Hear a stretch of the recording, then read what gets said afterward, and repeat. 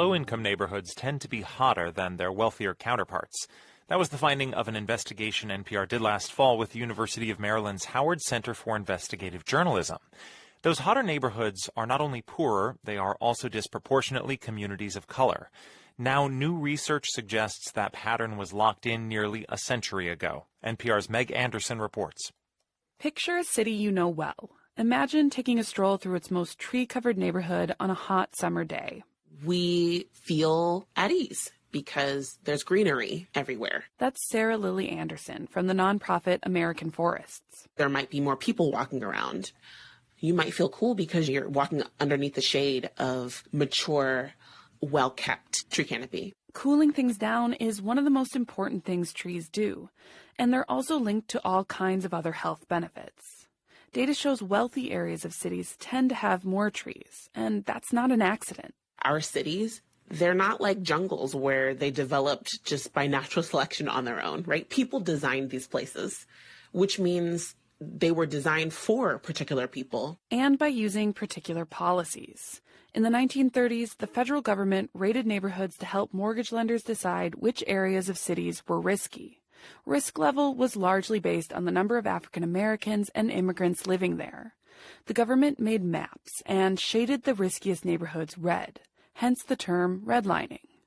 That practice and the other discriminatory housing policies of the time helped concentrate poverty for generations. You can feel the effects today, literally. In a study of more than 100 cities nationwide, nearly every neighborhood that was redlined in the 30s is hotter in temperature today than the highest-rated neighborhoods. Hotter by an average of nearly 5 degrees Fahrenheit. It's like stepping into a parking lot from a park. You would feel that relatively quickly. That's Vivek Chandas, a professor at Portland State University and a co-author on the study. It was very surprising when we saw that it was a pattern that we were seeing consistently across the country. Chandas says hotter neighborhoods are likely the result of more pavement and fewer trees, and that extra heat can make a big difference. And those communities are much more likely to face grave consequences in terms of their human health, their financial health, or generally their ability to cope with these effects. The policies of segregation that were followed by the federal government were so powerful that they determine the racial landscape of today. Richard Rothstein is the author of The Color of Law. It breaks down the history of segregation in the U.S. He says federal policies ensured communities of color stayed where they were, in denser housing and with fewer amenities like parks and tree-lined streets. African Americans are restricted to neighborhoods because other neighborhoods are now unaffordable to them, restricted to neighborhoods where there are fewer trees, where there is more heat. The 1968 Fair Housing Act prohibited housing discrimination, but it didn't address the damage already done. Nearly 90 years after the redlining maps were created, you can still feel the difference. Meg Anderson, NPR News. Context of White Supremacy. Gus T. Renegade in for another broadcast, hopefully to share constructive information on the system of white supremacy. Today's date, Thursday, January 16, 2020. So I have been told. Very excited about the book club, but major pause before we get to our book club for today. The segment that we heard at the beginning from NPR, very important. Gonna be hot where the niggers are. Don't think you're gonna have any trees where the niggers are unless it's time for a lynching. But we start today remembering Pamela Evans Harris. Last week, they mentioned, or Harriet A. Washington, this is our book club, Harriet A. Washington, A Terrible Thing to Waste. Our first section last week, we covered non-white male by the name of Kanazawa, and he wrote this report talking about how dumb and ignorant black people are. This is a non-white person who wrote this book, Satoshi Kanazawa. And when I heard that name last week, I said, wow, that sounds familiar for some reason. And I thought about it, and I said, man, there was a report that came out, I think back in like 2011, talking about how black females are the least attractive And Pam, she wrote about that in the Beauty Con game. We talked about it here on the Cows. You can go back in the archives. Specific May 17, 2011. It's right at the very beginning of the broadcast. First 10 minutes. Bam, right there. We talked about it right when the report came out. And she talked how important that was. To just constantly have these reports that just come out of nowhere. You can even get white identified victims of racism. We talked about that concept yesterday, being white identified victims of racism. But how important that is. These assaults just that come out from all different angles, geographic locations, from the academy, all over the place, saying malicious, harmful things about black people, males and females. But this same guy is going to come up this week. Last week she was talking about his work, saying that black people are dumb. And then this week she brings up his report. Oh, yeah, and this same person also said that black females are really unattractive. I got the audio. I made the sound clip. I almost started with Pamela Evans Harris talking about Mr. Kanazawa's report. She emailed him. I emailed him to be a guest on the program. This happened so long ago. It's like a decade. I almost started with it, but it's lengthier. It would have been too long to start with, but you definitely can go back. May 17, 2011, we talked about Mr. Kanazawa. Pamela Evans Harris, longtime guest, supporter, investor here at the Context of White Supremacy. We will get started. Reading is more important than watching television. Again, this is Harriet A. Washington, A Terrible Thing to Waste. Context of White Supremacy, audio segment number 1. Hereditarian Follies. Perhaps Kanazawa's claims should be considered in light of his other writings that lack rigor but deliver shock value. For example, his poorly researched paid blog post for Psychology Today entitled, "Why Are Black Women Less Physically Attractive Than Other Women?" which refers to race differences in intelligence as if they were fact, while elaborating on his inflammatory subject. The Psychology Today fired him, and Kanazawa apologized to the London School of Economics, but not to the women of African descent he insulted, admitting, "Some of my arguments may have been flawed and not supported by the available evidence." Despite my repeated emailed and telephoned requests over the course of 3 years, Kanazawa would not agree to speak with me or even respond to my queries regarding his perspective. Hereditarian scientists who inspire far more reverence than Kanazawa have also embraced African American intellectual inferiority. From accounts in Wired to the New York Times, much is made of the fact that William Shockley, an old guard hereditarian who was quoted above, was a Nobel laureate. However, as a member of the Bell Labs research group in Manhattan, he was jointly awarded the 1956 Nobel Prize in Physics for co-discovery of the transistor effect. His screeds on racial inferiority have naught to do with his celebrated achievement. Despite his ignorance of biology and genetics, he became a fervid eugenicist who advocated forcing or paying women of color to undergo sterilization in order to protect the gene pool. He wrote, "My research leads me inescapably to the opinion that the major cause of the American Negro's intellectual and social deficits is hereditary and racially genetic in origin, and thus not remediable to a major degree by practical improvements in the environment." Perhaps Shockley's foray into racial calumny can be dismissed as an example of the Nobel curse, in which laureates stray from their area of expertise to espouse risibly dubious beliefs. But another hereditarian Nobel laureate has far more credibility in genetics. James Watson, who shared the 1962 Nobel for discovering DNA's structure. Watson's memoir entitled The Double Helix reveled in dismaying 1950s-era misogyny, and a sequel, Girls, Genes, and Gamow, updated his gender bias. But he took a break from his decades of hoary sexism in a 2007 interview with The Telegraph, in which he declared his belief in African intellectual inferiority and theorized that black people have higher libidos. He was, he said, inherently gloomy about the prospect of Africa, because all our social policies are based on the fact that their intelligence is the same as ours, whereas all the testing says not really. There is a natural desire that all human beings should be equal, but, he said, people who have to deal with black employees find this not true. He also predicted that genes responsible for creating differences in human intelligence could be found within a decade. That was in 2007. I suspect that Watson's gloom only deepened in the furor afterward, when despite his belated disclaimer that there is no scientific basis for such beliefs, he stepped down under pressure from his directorate at Cold Spring Harbor Laboratories.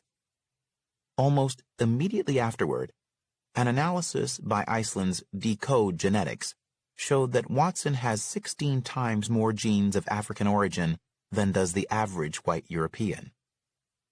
Carrie Stephenson, Decode's CEO, equated Watson's genome with the African DNA complement found in someone with an African great-grandparent, and told the New York Times, "This came up as a bit of a surprise, especially as a sequel to his utterly inappropriate comments about Africans." The fact that a Nobelist subscribes to racial theories of intellectual inferiority is important, because in our era of scientific complexity and rampant specialization, the role of authority is key. Many people who adhere to racial inferiority theories do not understand genetics well, and they are understandably swayed by the credentials of its high-profile espousers. Appointments at respected academic institutions, popular publications that boast impressively dense charts, graphs, and columns of data, as the racially fictitious 1840 census did, and Nobel Prizes persuade us, sometimes more powerfully than evidence can convince us.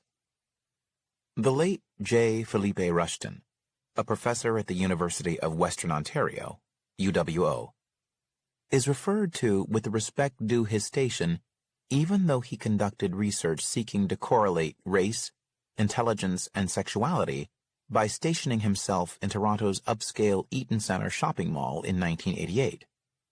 There he surveyed white, black, and Asian shoppers in detail about their penis size and how far they could ejaculate. Perhaps he used mall shoppers because the university had barred him from using students in his research after he pressured and deceived them into answering the same questions. Although his university criticized his Eaton Center study as a serious breach of scholarly procedure, he was undeterred, and thereafter his eugenic screeds cropped up often in newspapers and magazines, as well as in academia. In 2005, Rushton, who had grown up in South Africa and became the head of the Eugenic Pioneer Fund, told the Ottawa Citizen that he blamed the destruction of Toronto the Good on its black inhabitants, and that equalizing outcomes across groups was impossible. He followed this with a 2009 speech at the Preserving Western Civilization Conference in Baltimore, organized for the stated purpose of addressing the need to defend America's Judeo-Christian heritage and European identity from immigrants, Muslims, and African Americans. Some scientists criticized Rushton's crude methods and outmoded scholarship, most notably his UWO colleague, Professor of Psychiatry Zach Chernovsky. In 2010, he and I discussed Rushton when we shared a dais at the American Association of Psychiatry conference in New Orleans. Chernovsky noted, "The scientific scrutiny shows that Rushton's methodology, for example, measuring head circumference by tape as a substitute for IQ tests, and his generalizations from inadequate samples discredit his work. His books have probably misled at least some physicians who may resort to discriminatory practices in their clinical decisions about black patients." Yet before his death in 2012, Rushton was a respected member of his profession. In addition to holding a full UWO professorship, he was a Guggenheim Fellow, as well as a Fellow of the American, British, and Canadian Psychological Associations. Science journalists wield even wider authority.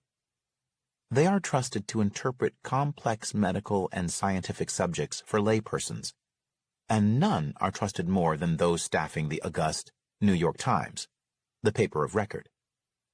In 2014, Nicholas Wade, former Times science editor, wrote a book entitled A Troublesome Inheritance: Genes, Race, and Human History, in which he asserted that scholars have proven human races to be a biological reality driven by evolution that forged racial differences in economic and social behavior. Wade suggests these genetic differences tell us why some live in tribal societies and others in advanced civilizations, why African Americans are, supposedly, more violent than whites, and why Asians may be good at business. However, the book traffics in shoddy logic and tortured data, which were disparaged by scientists and reviewers alike. The New York Times review by David Dobbs condemned it as a deeply flawed, deceptive, and dangerous book. But the book's ultimate embarrassment was its disavowal by the very scientists whose work Wade cited to make his case. More than 100 stellar evolutionary biologists signed a letter decrying Wade's incomplete and inaccurate account of our research, concluding, "There is no support from the field of population genetics for Wade's conjectures." What we talk about when we talk about race. In 1990, the United States boasted nearly 300 races or ethnic groups, as well as 600 Native American tribes. Hispanics have 70 additional categories. Medical journals routinely address race as a variable to be corrected for, as the focus of a medical question, and even as a consistent element of patients' profiles. But rarely is race defined in these journals, and it often is used illogically. Studies often equate race with a genetic profile without attempting any genetic analysis, as a study of the congestive heart failure drug Bidal did in 2005. Some studies refer to Black Americans in opposition to Hispanic Americans, even though the latter can be members of any race. Latino and Hispanic are often treated as synonymous, although the former refers to land of origin and the latter to language. For the record, although the terms race and ethnicity are sometimes used interchangeably, race is typically used to refer to affiliations that are assumed to be based on shared physical characteristics, whereas ethnicity refers to non-physical affiliations based on culture, such as a shared religion or language, which in the case of Hispanics is Spanish.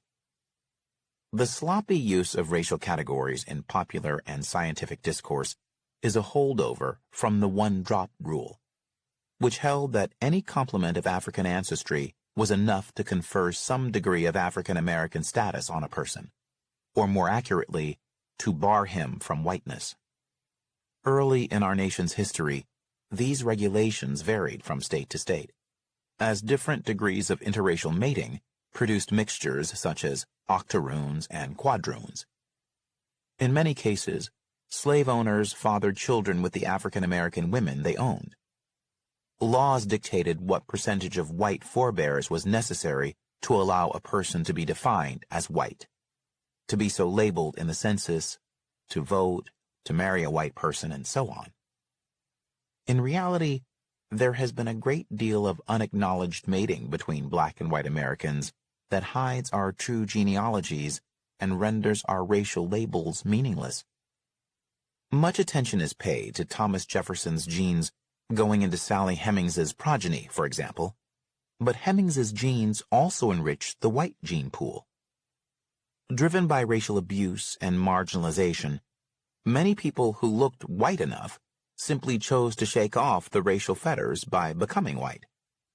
Hemings's and Jefferson's daughter Harriet, for example, married a white man with whom she had children and then disappeared into whiteness and subsequently was lost to history, as Barbara Chase Rebu revealed in her 1979 fictionalized but historically meticulous account, Sally Hemings, and its 1994 sequel, The President's Daughter.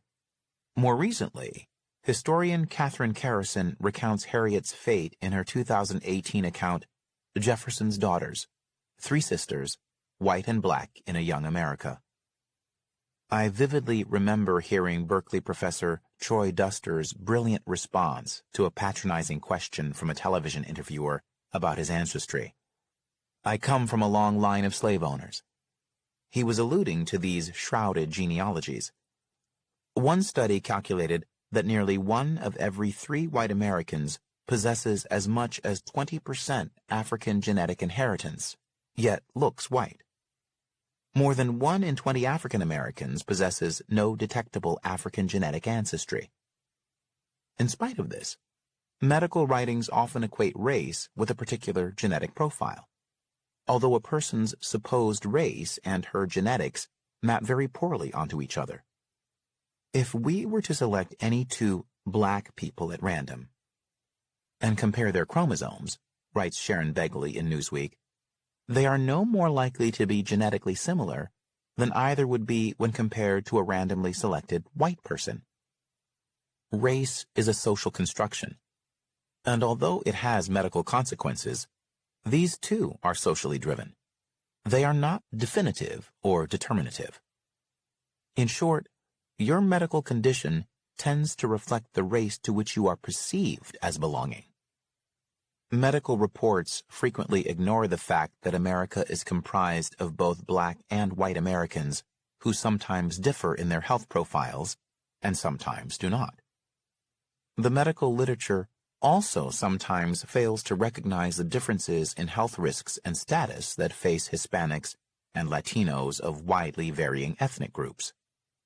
In fact, medical journals often investigate questions of race without ever defining the terms Black, African American, or Hispanic, even as they discuss what purport to be consistent genetic characteristics within any of these diverse groups. Nonetheless, average IQ differences among some U.S. racial groups, the widely touted IQ gaps, have been decreasing for the past decades. This narrowing may be partly a response to improved educational opportunities, or it could result from a decrease in the rates of some toxic exposures, such as lead's removal from gasoline and interior paint. Both explanations point to social inequality, not genetics, as a driver of IQ inequities. As I have mentioned, the Hispanic-white IQ gap is crudely flogged by hereditarians like Jason Richwine to support a xenophobic political agenda. For example, Richwine insisted that not only a lower average IQ, but also a failure to assimilate was reason enough to halt Hispanic immigration to the United States. Failure to assimilate is a nonsensical accusation to level at people who have been consistently barred from higher education, employment, and home ownership, and who are frequent targets of raids and sweeps intent upon challenging their right to a place in America, even after decades of peaceful, law-abiding residency. Asian achievement, a double-edged sword. One could be forgiven for failing to see how Asians are harmed by IQ mythology, which tends to place some Asians at the pinnacle of intellectual ability. Not all Asians are accorded high IQ scores. Those from poor nations of the developing world, and their descendants in the United States, share the low IQ fate of their global South peers. According to one scale, the East Asian cluster, Chinese, Japanese, and Koreans, has the highest mean IQ at 105, followed by Europeans, 100, Inuit Eskimos, 91, Southeast Asians, 87, Native Americans, 87, Pacific Islanders, 85, South Asians and North Africans, 84, Sub-Saharan Africans, 67, Australian Aborigines, 62, and Kalahari Bushmen and Congo Pygmies, 54. Moreover, those Asians who occupy the top strata of IQ rankings find this status to be a double-edged sword. It doesn't as much laud Asians as it uses them to denigrate other, darker people of color. As UC Hastings law professor Frank Wu, author of Yellow, Race in America Beyond Black and White, writes, Asian Americans are brought into the discussion only for the purpose of berating blacks and Hispanics. The high intelligence and intellectual achievement of Asians may owe something to the Pygmalion effect. In a classic 1960 experiment, California teachers were informed that, as a result of IQ test scores, certain students of theirs were found to be special, with prodigious potential and the expectation of intellectual greatness. Accordingly, the grades of the children labeled special improved dramatically, and when tested a year later, half of their IQ scores had risen by 20 points. In fact, these children had been chosen at random, and the improvements in their scores served to demonstrate the outsized role that teachers' expectations can play in a student's academic success. The high IQ of some Asian populations is part of the model minority myth, Wu points out. However, it is possible to be seen as too intelligent, especially when high IQ claims inspire unreachable goals that cause stress and even suicide among young Asian aspirants. The perception of Asians as naturally intelligent also inspires jealous resentment, causing other groups to target Asians and see that they are taken down a peg. The Asian-white IQ gap is increasing as Asians' IQs rise more swiftly than those of whites, just as those of African Americans are rising more rapidly than whites. And there are signs of a backlash, including evidence that some colleges hold Asians to higher standards than other applicants. Schools deny this. In 2015, Princeton fought and won a discrimination suit over affirmative action policies that plaintiffs believe benefit African Americans and Hispanics while penalizing Asian students. As this book went to press, Harvard University was also defending itself against a lawsuit claiming that its affirmative action policies favor African American and Hispanic students while harming the admission chances of Asian applicants with higher grade point averages and standardized testing scores. This case, widely seen as a battle over the future of affirmative action, is supported by the conservative group Students for Fair Admissions, whose 65-year-old leader, Ed Blum, helped to design the lawsuit. In 2016, an earlier lawsuit filed by Blum failed to block affirmative action at the University of Texas at Austin. However, in the magazine Diverse Issues in Higher Education, Emile Guillermo describes this battle over affirmative action as our Civil War, and points out that the situation is far more nuanced than Blum's claims and the headlines suggest. Fortunately, Guillermo writes, recent polls suggest the vast majority of Asian Americans support affirmative action. He explains that grades and scores are only part of the metrics that determine acceptance to Harvard, and that Asian students, as well as African American, Hispanic, and white applicants, often gain acceptance to Harvard by dint of exemplary character, experiences, and non-academic triumphs. For example, student Sally Chen, a daughter of middle-class immigrants who describes herself as one of those less-than-perfect Asian Americans, testified that her less-than-stellar grades and scores were redeemed by a high school record of exemplary leadership and civic involvement. Guillermo notes, Chen testified that if Harvard couldn't consider race, she wouldn't be at Harvard now. There is no way in which my flat numbers and resume could have gotten across how much of a whole person that I am. Asians' high IQs are frequently yoked to declarations that they lack creativity, are crafty, clannish, and constitute an inscrutable group that is unwilling to fully integrate into U.S. society.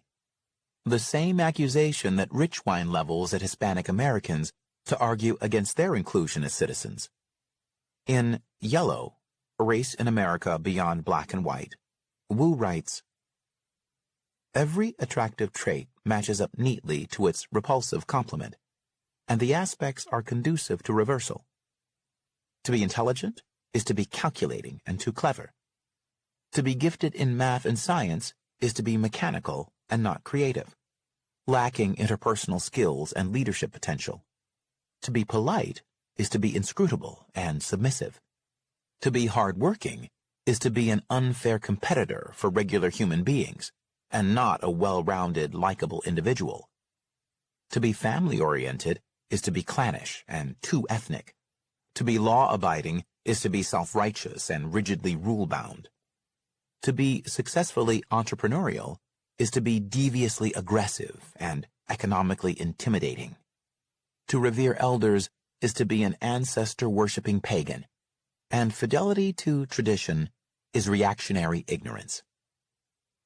The failure to assimilate claim against Asians is especially unfair, because racial bias often results in a refusal by other Americans to recognize their citizenship. Their identity as Americans is frequently challenged. It is well known that Japanese Americans were interned during World War II on a racial basis, but South Asians have also faced deportation and been stripped of their citizenship rights. Even today, fourth-generation Americans of Asian descent are often asked from what country they hail, or complimented on their good English. Slothful and dull. Not all stigmatized minority group members are people of color. American poor whites have long been treated like an ethnic group that suffers from congenitally low intelligence.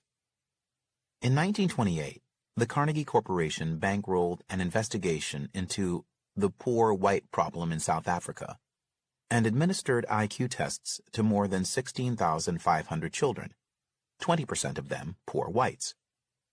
The study found that poor white IQs were lower than average. In August 2016, outraged Britons forced top English educator David Hoare to resign after he publicly ranted against the Isle of Wight, once an upscale tourist destination. Hoare hadn't flung the N-word or decried the presence of Britons of color.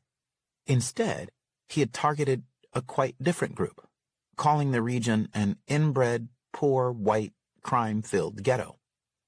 This view of indigent whites as a troublesome ethnic vector had long persisted in the United States as well, perfectly epitomized by Huckleberry Finn's lazy, illiterate, alcoholic, and criminal father, Pap.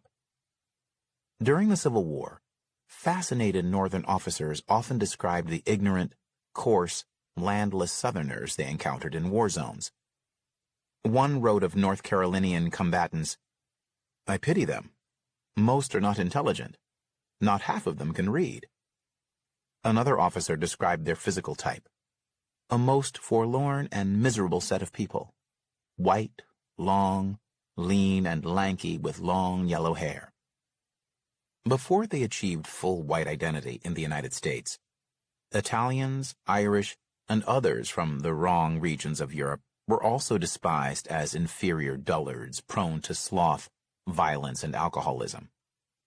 The eugenics movement and intelligence testing came to scientifically validate such views, and eugenicists buoyed the National Origins Act of 1924, which barred immigrants from Southern and Eastern European countries as dysgenic. Low IQ scores provided a supposedly biological underpinning for this stereotype of poor whites as unintelligent, lazy, and prone to criminality, as it has for African Americans and Hispanics. Today's poor white group identity is widely reflected in mass media, from cops to Eminem to Jerry Springer, and in the pages of The Bell Curve, which denounced not only African Americans, but also underclass whites as genetically predisposed to lower intelligence and higher criminality. However, a more sympathetic Atlantic article, published in September 2016, entitled "The Original Underclass," symbolizes the recent attention given to the health status and behavior of lower socioeconomic class whites. Their profile of low achievement and drug addiction now casts them as an ethnic underclass. Using IQ as a departure point, pundits showcase its supposed side effects: sloth, violence, a tendency to addiction, and even abnormal physical types, so that a picture often emerges of malnourished, slothful, unhealthy, dirty, gun-toting alcoholics with low intelligence. The reification of this group as an unintelligent and degraded race follows the same illogic used to invest African Americans and Hispanics with pathology. Powerful pressures of economics, social stratification, trauma, and discrimination conspired to lower IQ scores in lower socioeconomic status whites. Research to improve their health status, including their IQs, is a laudable goal, but we must take care not to slip back into damning eugenic stereotypes. We need more research into factors that compromise the intelligence of lower socioeconomic status whites, including studies that quantify their toxic exposures. Social construction, biological consequence. The treatment of poor whites as a racial group illustrates race is not an innate biological reality, but a socio-political construct that is useful for maintaining political biopower. But race is a social reality with real-world biological consequences, and nowhere is this more apparent than environmental racism.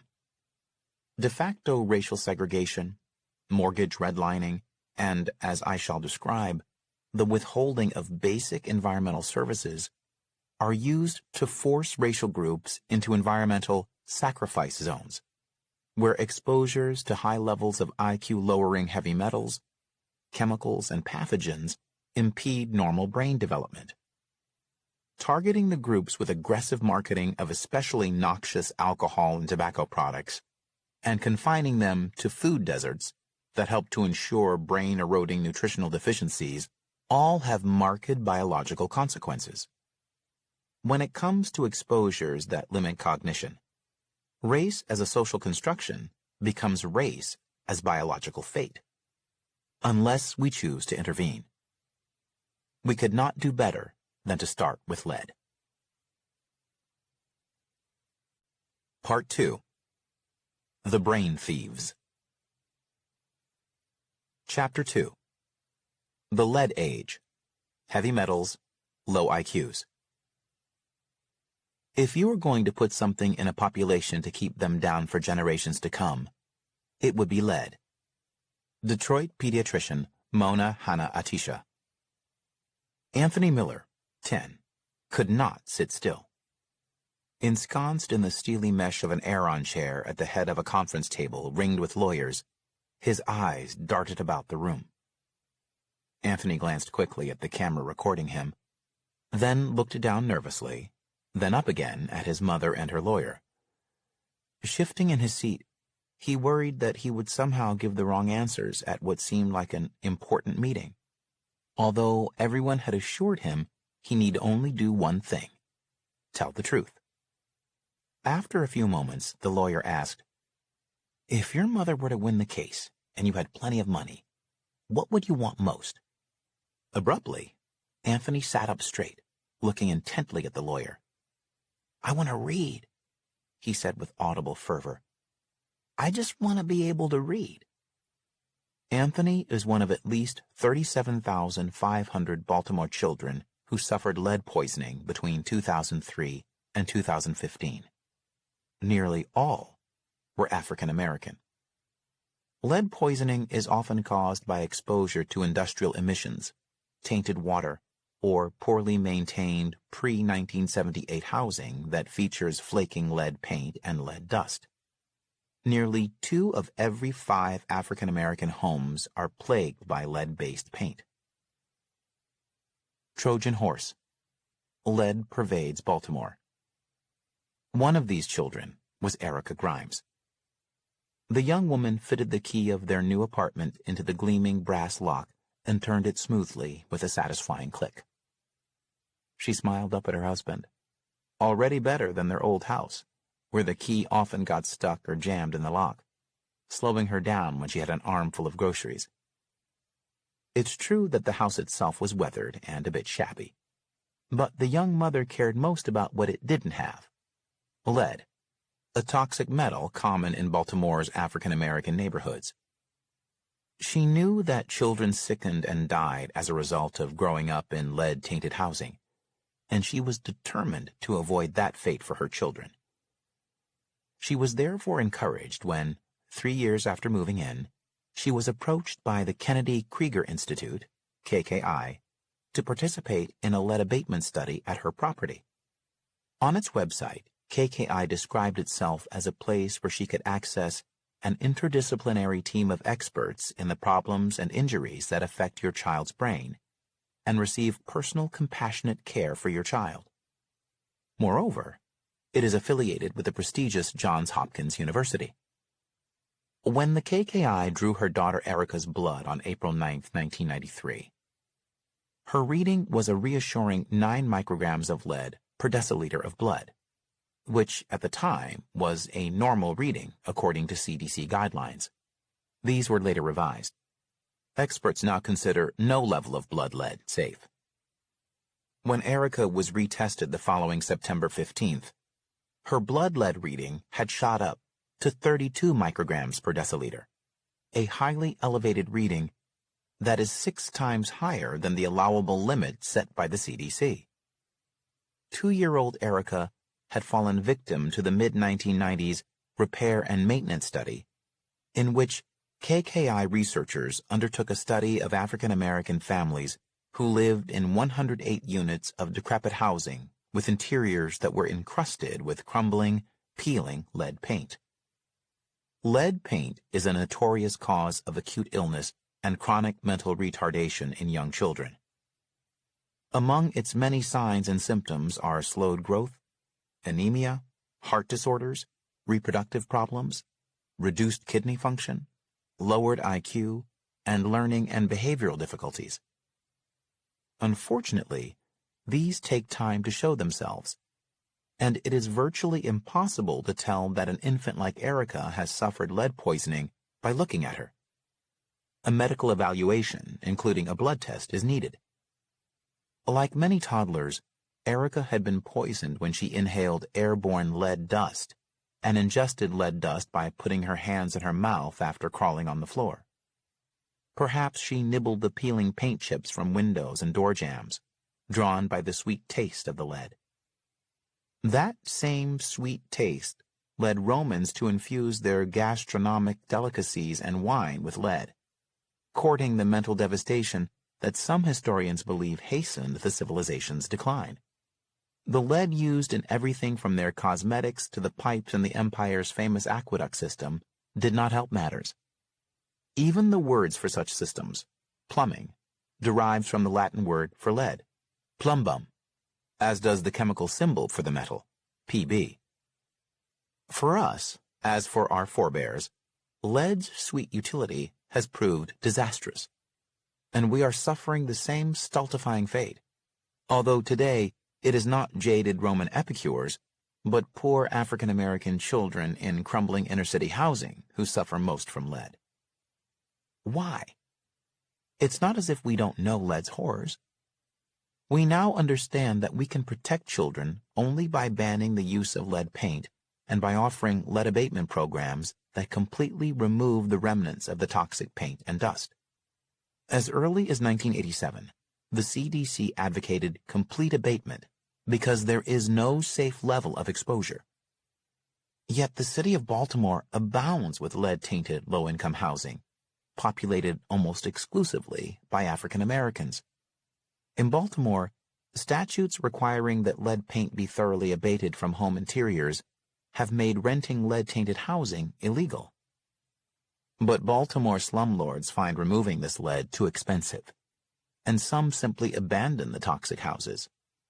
Cost concerns drove the agenda of the KKI researchers, who did not help parents completely remove children from sources of lead exposure.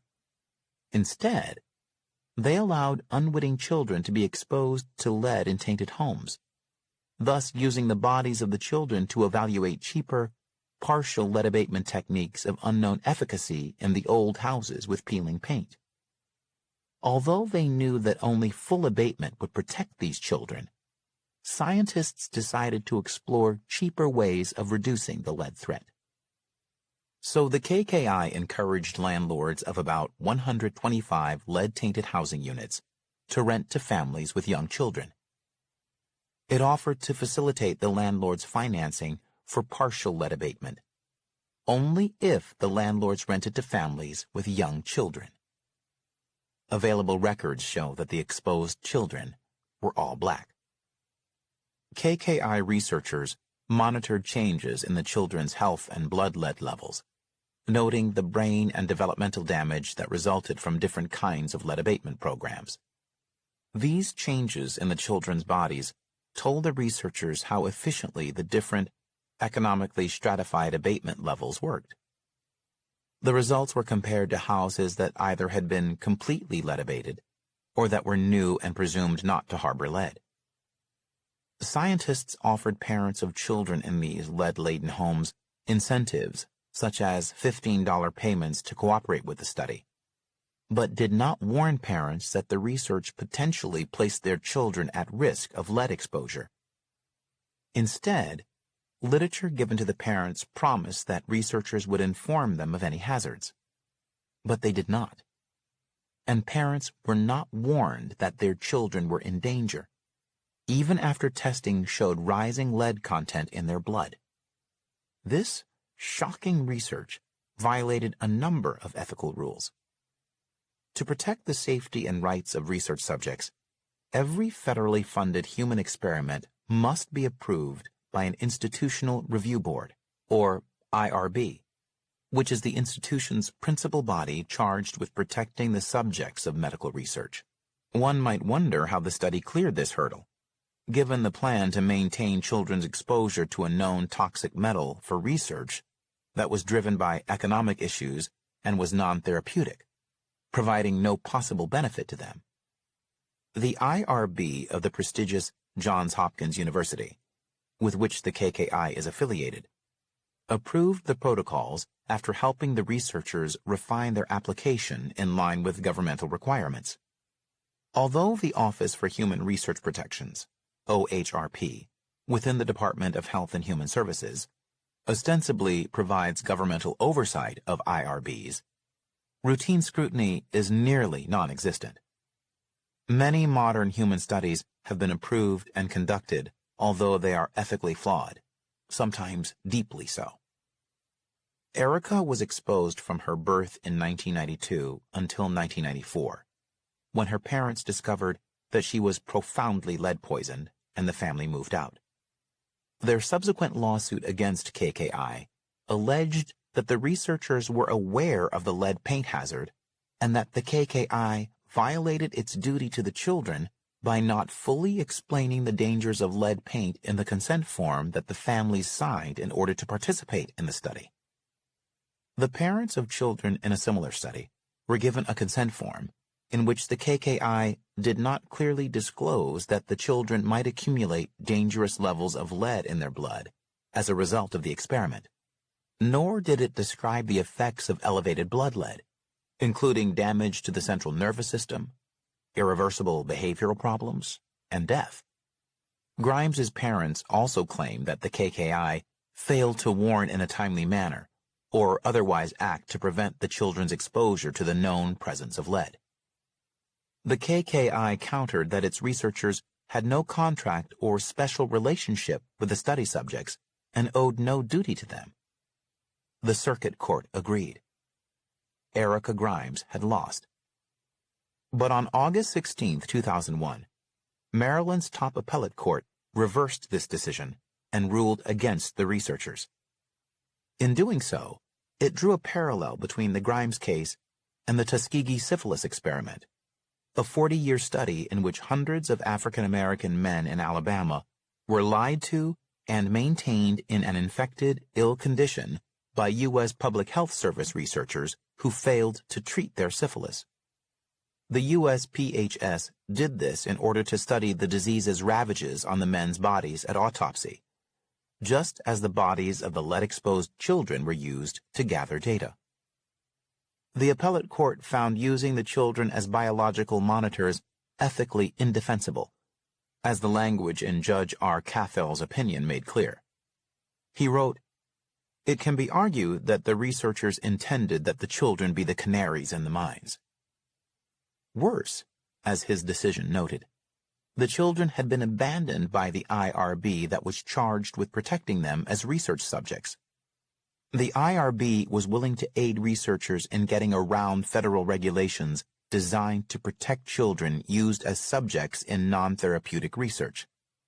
An IRB's primary role is to assure the safety of human research subjects, not help researchers avoid safety or health-related requirements.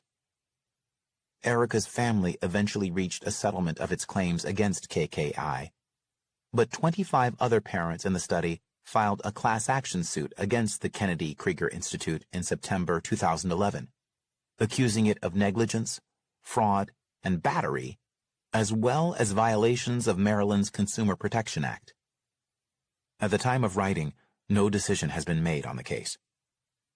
Although I am not involved in the class action, over the past decade I have worked as a consultant to law firms that represent children who, like Erica, were sickened by lead in the Baltimore studies.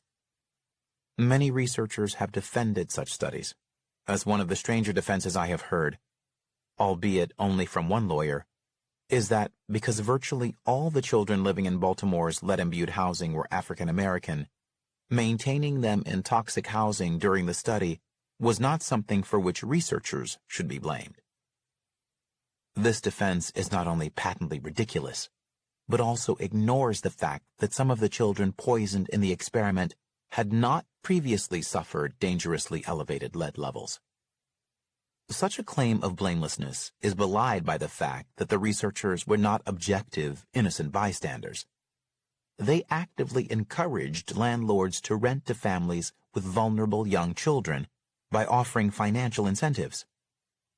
The participation of a medical researcher who is ethically and legally responsible for protecting human subjects changes the scenario from a tragedy to an abusive situation.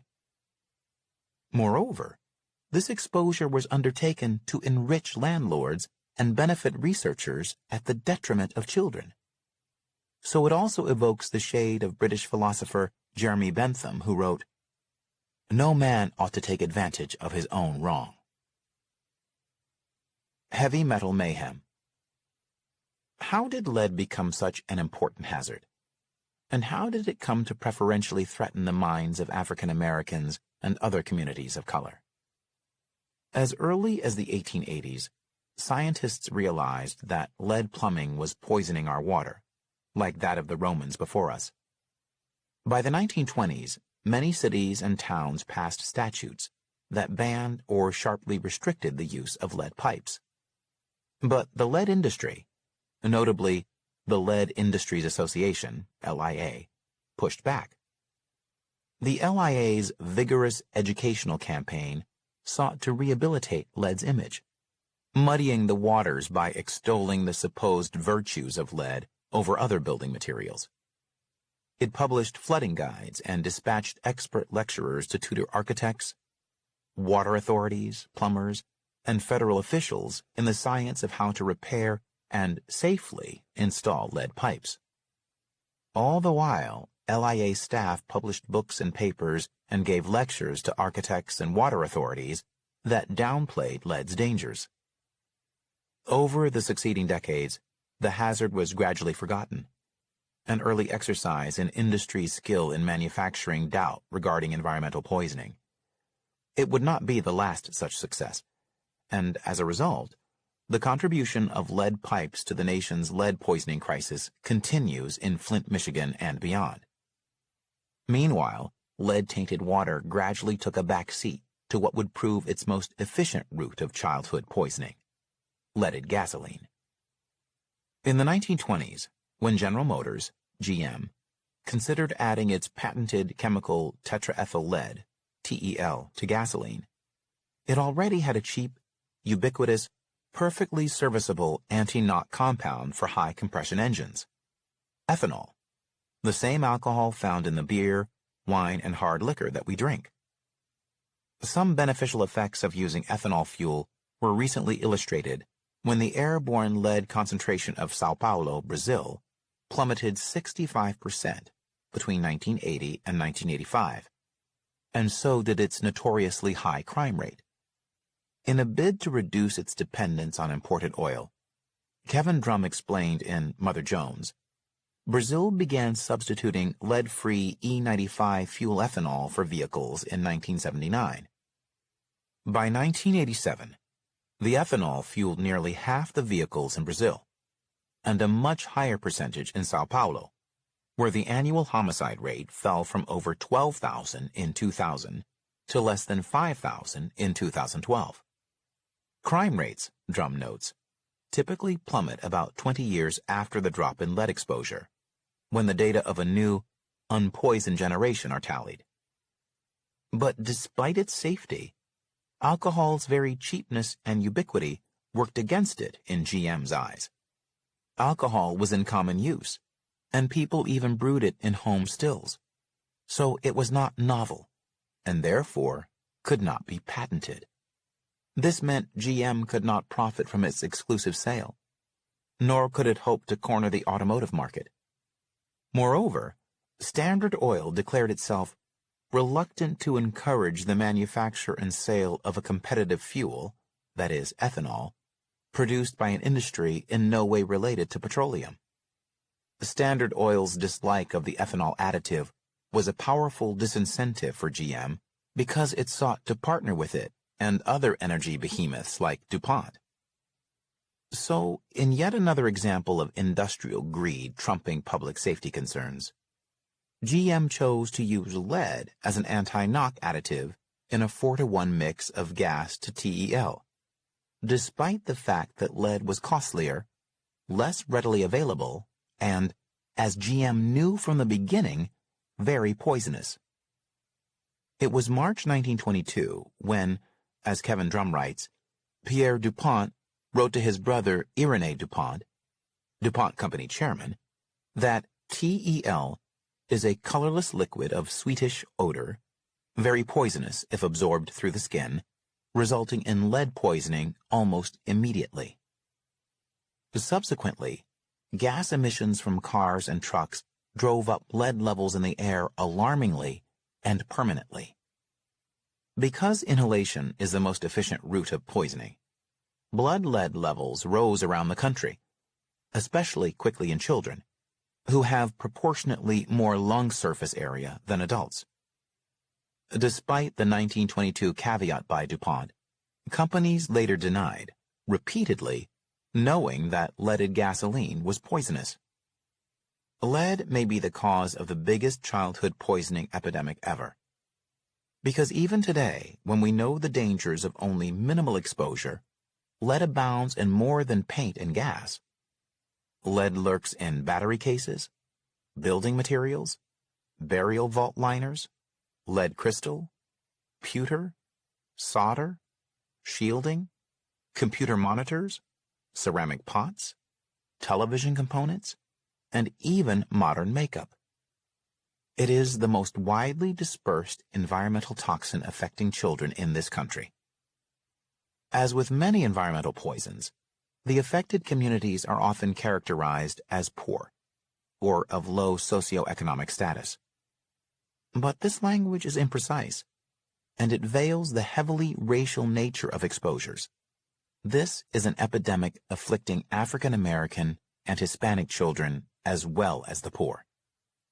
About 39% of African Americans and 43% of Hispanics are poor, and some definitions of socioeconomic already subsume race as a factor. This means that race becomes an endemic but hidden characteristic of the affected neighborhoods. Also, middle-class blacks are far more likely than middle-class whites to suffer from environmental hazards placed in their communities. The 2014 report, Who's in Danger? A demographic analysis of chemical disaster vulnerability zones, notes that middle-class African-American households, with incomes between $50,000 and $60,000, live in neighborhoods that are more polluted than those where very poor white households with incomes below $10,000 live. The failure to identify the imperiled groups as racial minorities may reflect a level of discomfort in acknowledging America's racial disparities. These include the persistence of racial segregation and the slow violence of racial environmental poisoning. It may be instructive to remember that despite the fact that Flint, Michigan is 57% black, the lead poisoning crisis in the city was first described in 2014 as affecting a poorer community, or a lower socioeconomic group. Only in 2016, the year the Center for Effective Government revealed that children of color constituted almost 2/3 of the 5.7 million children who live within a mile of a toxic facility, was the Flint lead crisis routinely described as a racial assault affecting African Americans. Descriptions of the vulnerable that focus on economics and exclude race are semantic shrouds that are not only euphemistic, but inaccurate. Poverty is certainly a risk factor for environmental exposure, but race is a larger and more consistent one. Context of White Supremacy. Reading is more important than watching television. That was the first audio segment on Harriet A. Washington, A Terrible Thing to Waste. We will pick up the subsection Industrial Secrets. We're still in Chapter 2, Industrial Secrets. If you have comments, questions to share, the number to dial 605-313-5164, the code 564943 pound. Press star 61 if you would like to participate. Number again, 605-313-5164, the code 564943 pound. Press star 61 if you would like to participate. If you've not read Harriet A. Washington's Medical Apartheid, you should do so. We have comments from readers. If you're listening to the archives, you should, or I'll put it this way, if you've not read Medical Apartheid, if you've not read the book, you didn't listen to the section in the archive, check out the archives. Medical Apartheid, such an important book. It's in my top 5. I think I mentioned it yesterday. It gets mentioned all the time. She's referenced it twice in the book so far this week. She came up again when she talked about the Tuskegee syphilis experiment. Make sure you read Medical Apartheid, or have read it, maybe even reread it. It should definitely be a part of your counter-racist library. And maybe this one should be too, A Terrible Thing to Waste. Wow. We've only read like a chapter and a half. Very impressive material thus far. And this is a new, relatively new book, just came out last year. One thing I did want to say really quick, and then we'll get to folks who dialed in. She did have that metaphor about muddying the waters. How the lead supporters didn't want their product to be besmirched. So they put out conflicting studies. That's something that whites do. They lie, but she said they muddy the waters. That is not in the word guide, but Mr. Fuller does have mud, just period, down in the mud. Your name is mud, mud race. He has lots of mud people, mud slinging. He has lots of different ways that this term is used, and the general crux of it is that racists will generally use the term mud to associate with black people, and then they will also use the term mud. They'll associate it with something that is unworthy, degrading, low in value, misery, that sort of thing, muddying the water, so that as opposed to lying, being deceptive, muddying the waters. The closer you get to whiteness, we have clarity. The closer you get to blackness, muddying the waters. That's not understanding those fuzzy head people. He does have that in the book too. The word guide, fuzzy. That I was fuzzy about things, recommending not using that. They say our hair is fuzzy and not understanding things straighting in. Anyway, number again, 605-313-5164. The code 564943 pound. Press star 61 if you would like to participate. Let's see. First few folks who dialed in, if you have a hand up, line should be open. Let's see. Feel free to chime in. Can I be heard? Greetings, retired firefighter. Yes, sir. I will re-emphasize also that reading is more important than watching television. This book has a lot of constructive information. And as you stated, we're not even nowhere near close to halfway. There's one thought, not very important, but it is on my mind. You did say this was written by a non-white black female, correct? Harriet A. Washington. We read Medical Apartheid. Folks should be familiar. She is a black female. Well, I asked the question, God. I kind of like would have wished that the person reading the book would be either her or a female, because I would like to hear that feminine voice, with this very important information. I don't know, it's in my mind. Maybe, I'm just crazy into thinking that way, but I would have liked to have heard a feminine voice, but it's a lot of information. What I have been hearing is the diabolical and unfortunately very functional scientific means of mistreating people based on color.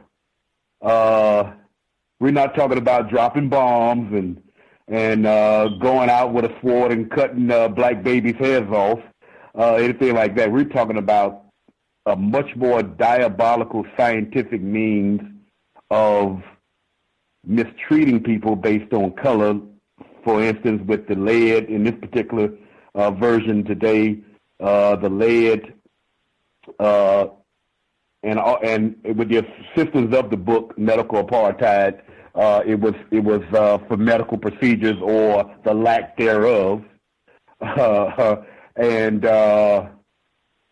white people are the white people who are on the managerial level understand that they have to include a segment of white people to go along within the mathematical diabolical equation in order to confuse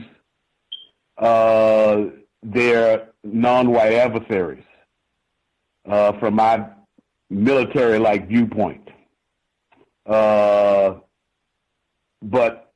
that is, in my mind, something understandable because, as Mr. Fuller mentions, the hierarchy, the royalist system, there is a pecking order within the royalist system that the system of racist white supremacy adopted. Sometimes the Duke has to get his head chopped off, that sort of thing, or sacrificed in some sort of way. Sometimes the Duchess or something probably would have to go up into the tower and be in solitary confinement for 40 years or something, that sort of thing. So there are going to be some instances where white people suffer, but in the context, in the global context of things, primarily non-white people are the primary target. And that's what I've been picking up through this first time. This is actually the first time I actually had a good chance to listen to a full hour and a half, and I find it very impressive. Thank you. Much obliged, retired firefighter. The narrator for this text is Ron Butler. He is a black male, interestingly, he narrated Medical Apartheid that we read here as well. And I do think someone, I don't know if it was retired firefighter, but someone made a similar comment way back in 2016 that it would have they would have appreciated if a black female had narrated the book, since it's written by a black female. That comment was made. Generally, that sort of thing has no impact on me at all. We've had the reverse, where it was a book written by a male, but the narrator for the audiobook was a female, Elizabeth and Hazel. That's one time that it happened on the program. We've had it happen to others. In fact, when we read Stupid Talk, Crazy Talk, that's written by Neil Postman, white man. We had black female narrator for that one. But Ron Butler, he is doing the narrating. He has read quite a few of the books that we have done here on the Cows. He is a black male. Let's see. Other folks who dialed in, if you have comments, questions, lines should be open. Proceed.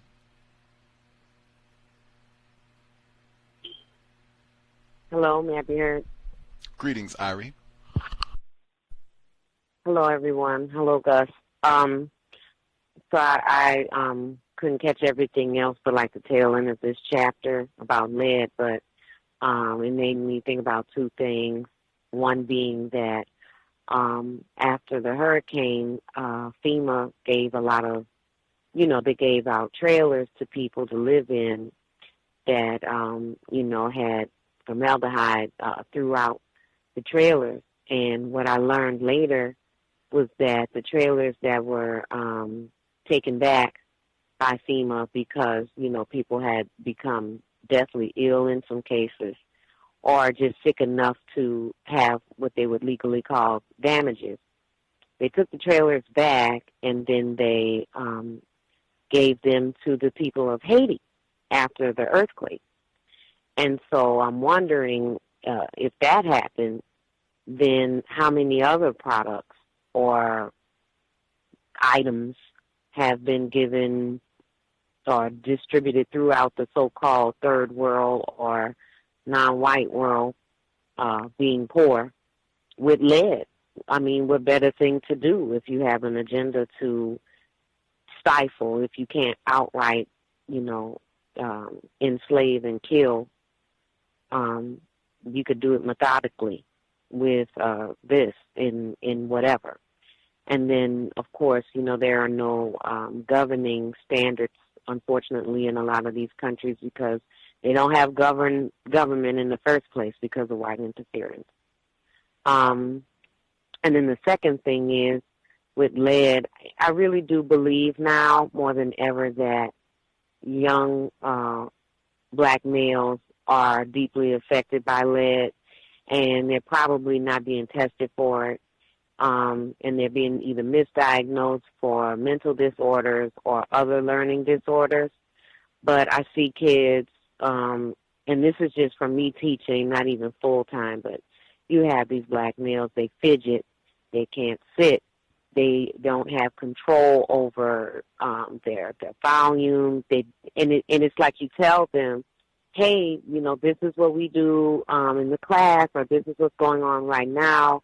Would you please XYZ? I know you can do it. Even with encouragement and verbal prompts, or even sometimes we have prompts through pages where they get points, and it's like, come on, get all your points for the day, and you'll get a reward at the end of the week. They can't control themselves. It is like totally involuntary, some of the behavior I see, and I saw that today with a young man, and he has, he has problems with, they would call it, what is that,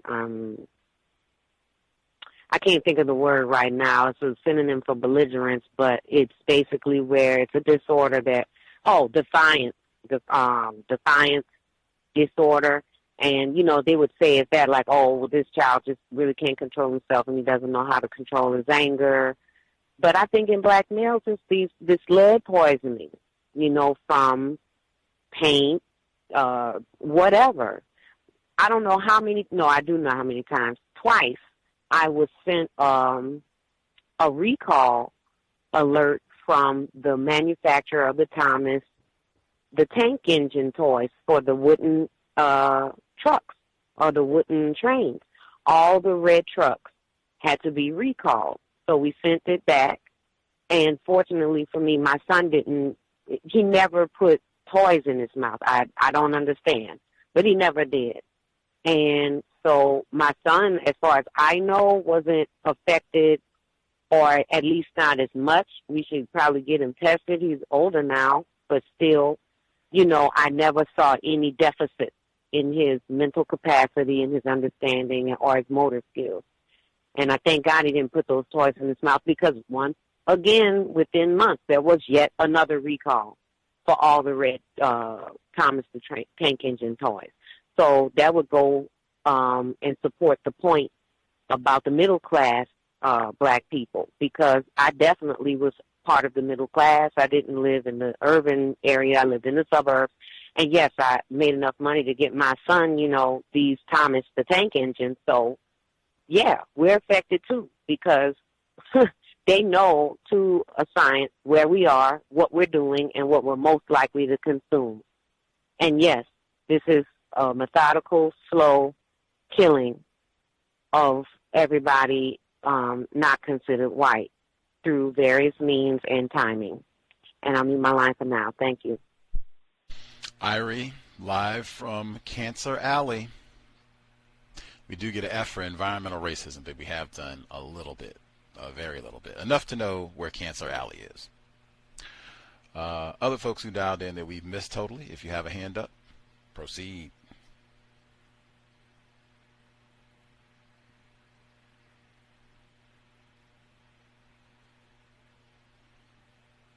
Maybe folks need a moment to get there. Copy heard. Oh, there's Thomas in New York. Yes, sir. Good evening, Gus. Good evening to all the callers. What was the name of the craniologist that he was referencing in the beginning? Watson? Was it Watson? Okay. I'll make sure. I think was doing the DNA research and saying that black people... measuring the skulls and saying that white people had more of a brain capacity. I'll double check to make sure.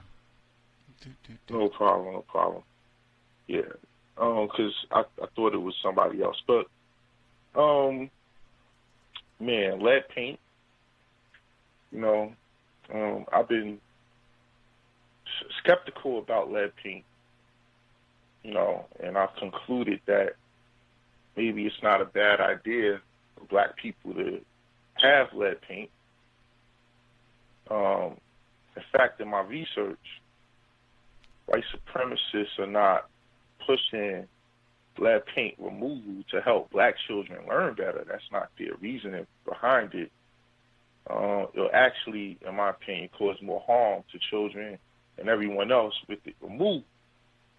Now, here in New York, the Housing Authority was cited by the government for not effectively testing 165,000 apartments last year, the beginning of last year, and for lead paint. And these apartments, 165,000, with small children.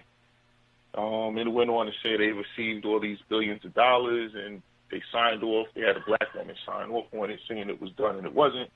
So she ultimately took the brunt of, the ridicule.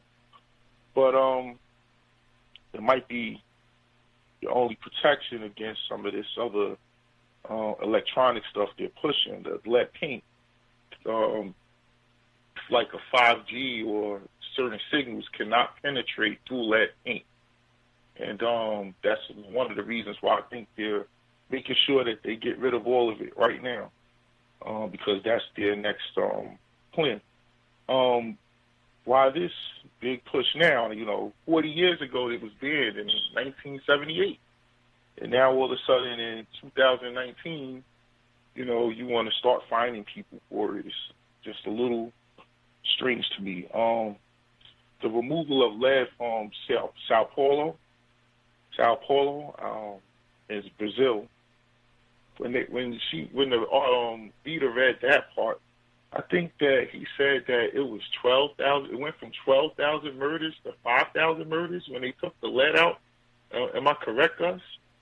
I'm still looking for the craniology portion. You gotta take me slow. My bad. Oh, no problem. But man, I said if they have 12,000 murders in one city, could you imagine? Like nowhere, like Chicago got like 600, and people are, man, that's the system of white supremacy. If those numbers were true, I could have sworn he said in that one city, and that's not even the worst city. I think Rio de Janeiro. But either way, the result of using ethanol hasn't been good for them either. I mean, especially for the blacks in Brazil. Many of those who live in rural areas, because it caused, it's totally destroyed the ecosystem, caused soil erosion, which went into the rivers, and now the source of water and, everything that these people have for thousands of years, maybe longer, is gone because of the ethanol. So it's been a bad way either way. Asians, that part about Asians being smarter and why is that perception that, back to the IQ, white supremacy, geniuses, IQ test, whoever created that has the highest IQ ever, okay? He was a genius. Asians in China, they spend their whole life trying to pass this test. I was watching this documentary on it. And I mean, these kids are studying, they're reading the whole dictionary front to back, Chinese dictionary and whatever, absorbing all this information. Their parents are pushing them to be able to be one of the few people, and I'm talking about, like, listen, probably got a better chance of making the NBA than making this thing. I mean, you're in the place with 1.5 billion people to pass this test and go to school to get some type of government, whatever. So they get, this test is pushed to these people. It's conditioning. Also in Asia, I liked how she explained what she wrote, and the guy explained the countries, the poor countries, they're not that smart. I mean, as far as passing the IQ test, the poor kids in those countries are extremely not what you would consider smart. However, the rich kids are in that same country. And the same thing in China, Japan, South Korea, those more affluent Asian countries, the more resources you have, the better your children's chances are. They have a bunch of children that aren't doing good. So I think that was good to draw that correlation, because we hear that a lot. It's also important to understand that they didn't always have that stigmatism of being smart. They came over here, and white people through some type of agreements and things had the Chinese exchange student.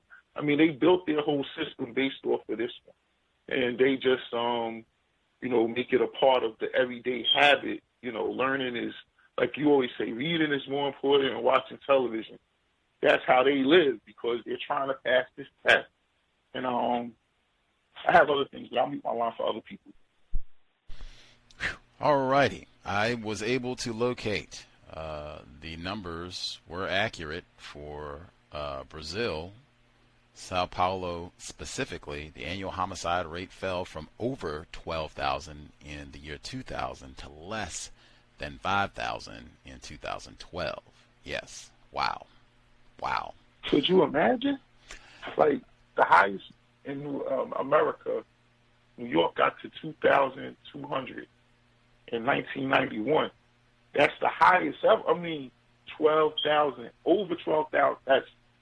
That in an all-black country. Man, I'll mute myself, Gus. I'm sorry. Yes, sir. Being able to quantify things sometimes can help you get an understanding, and sometimes it can be so mind-boggling. Wow.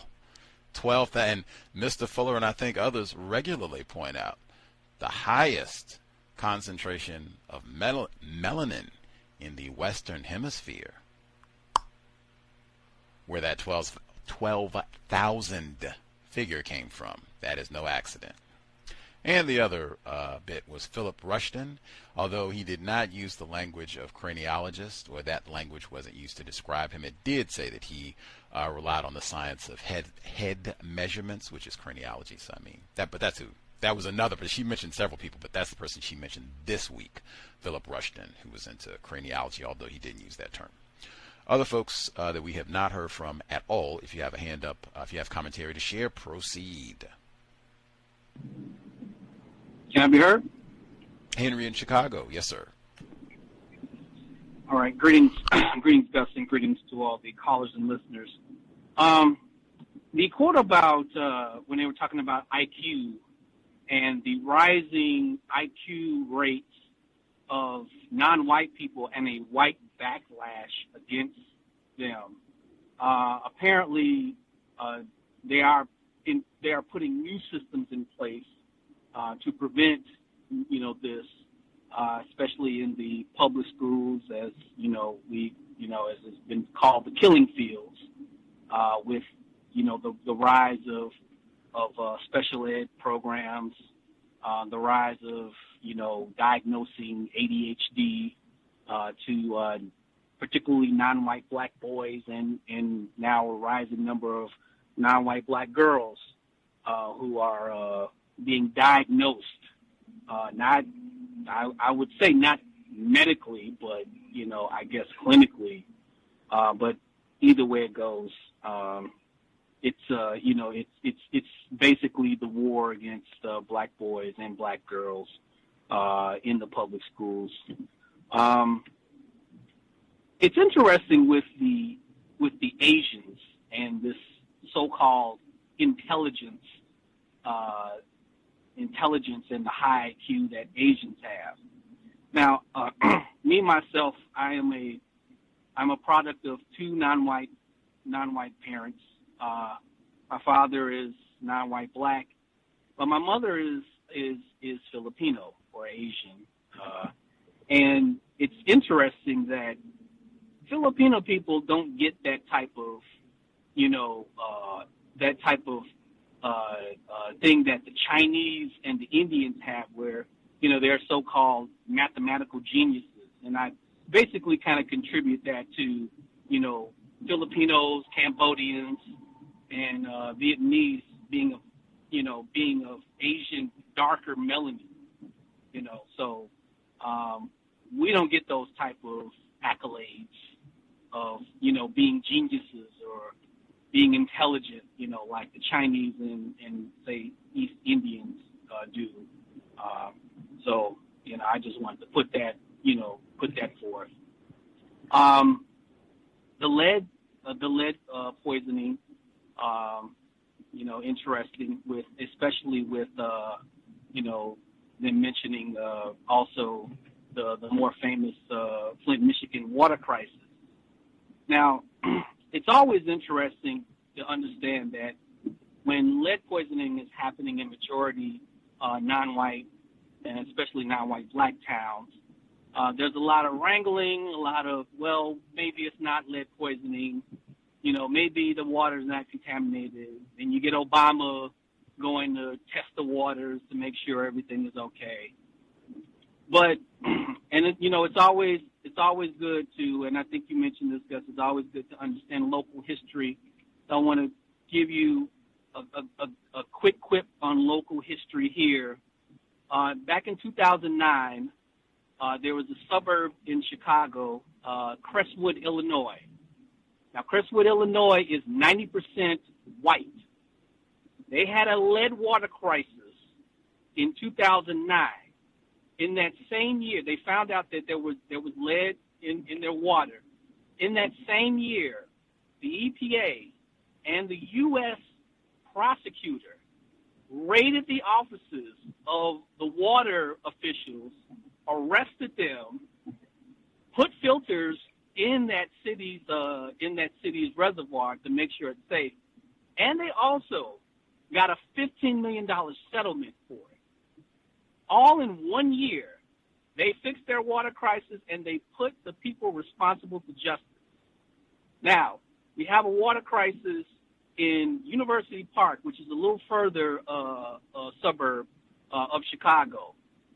That is about 80% non-white black. That's still going on. Nobody's been arrested. No filters have been put in place. So you see the difference of what happens when a water crisis happens in a town predominantly white, and obviously we're seeing Flint, we've seen it in all places where non-white residents reside, and it goes on for years.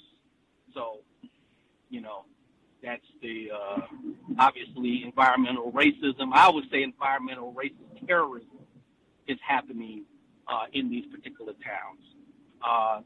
That's all I have right now. I'll mute my line. Much obliged, Henry in Chicago. Chemical, biological warfare. White people can solve problems efficiently when they want to.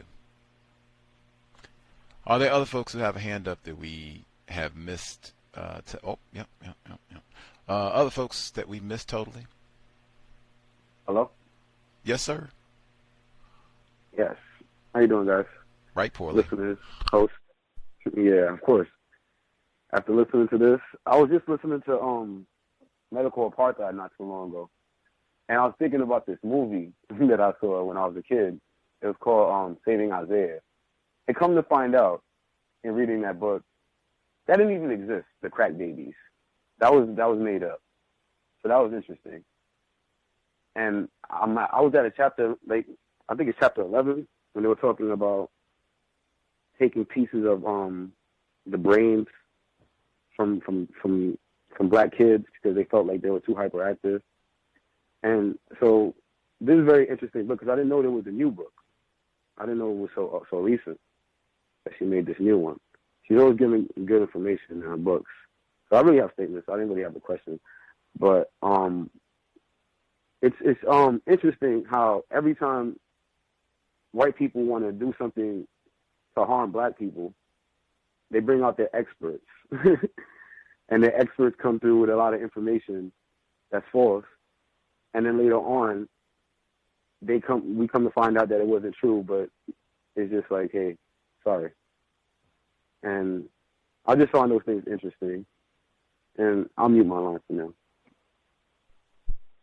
Much obliged. In the archives, I said at the beginning, Medical Apartheid, very important book.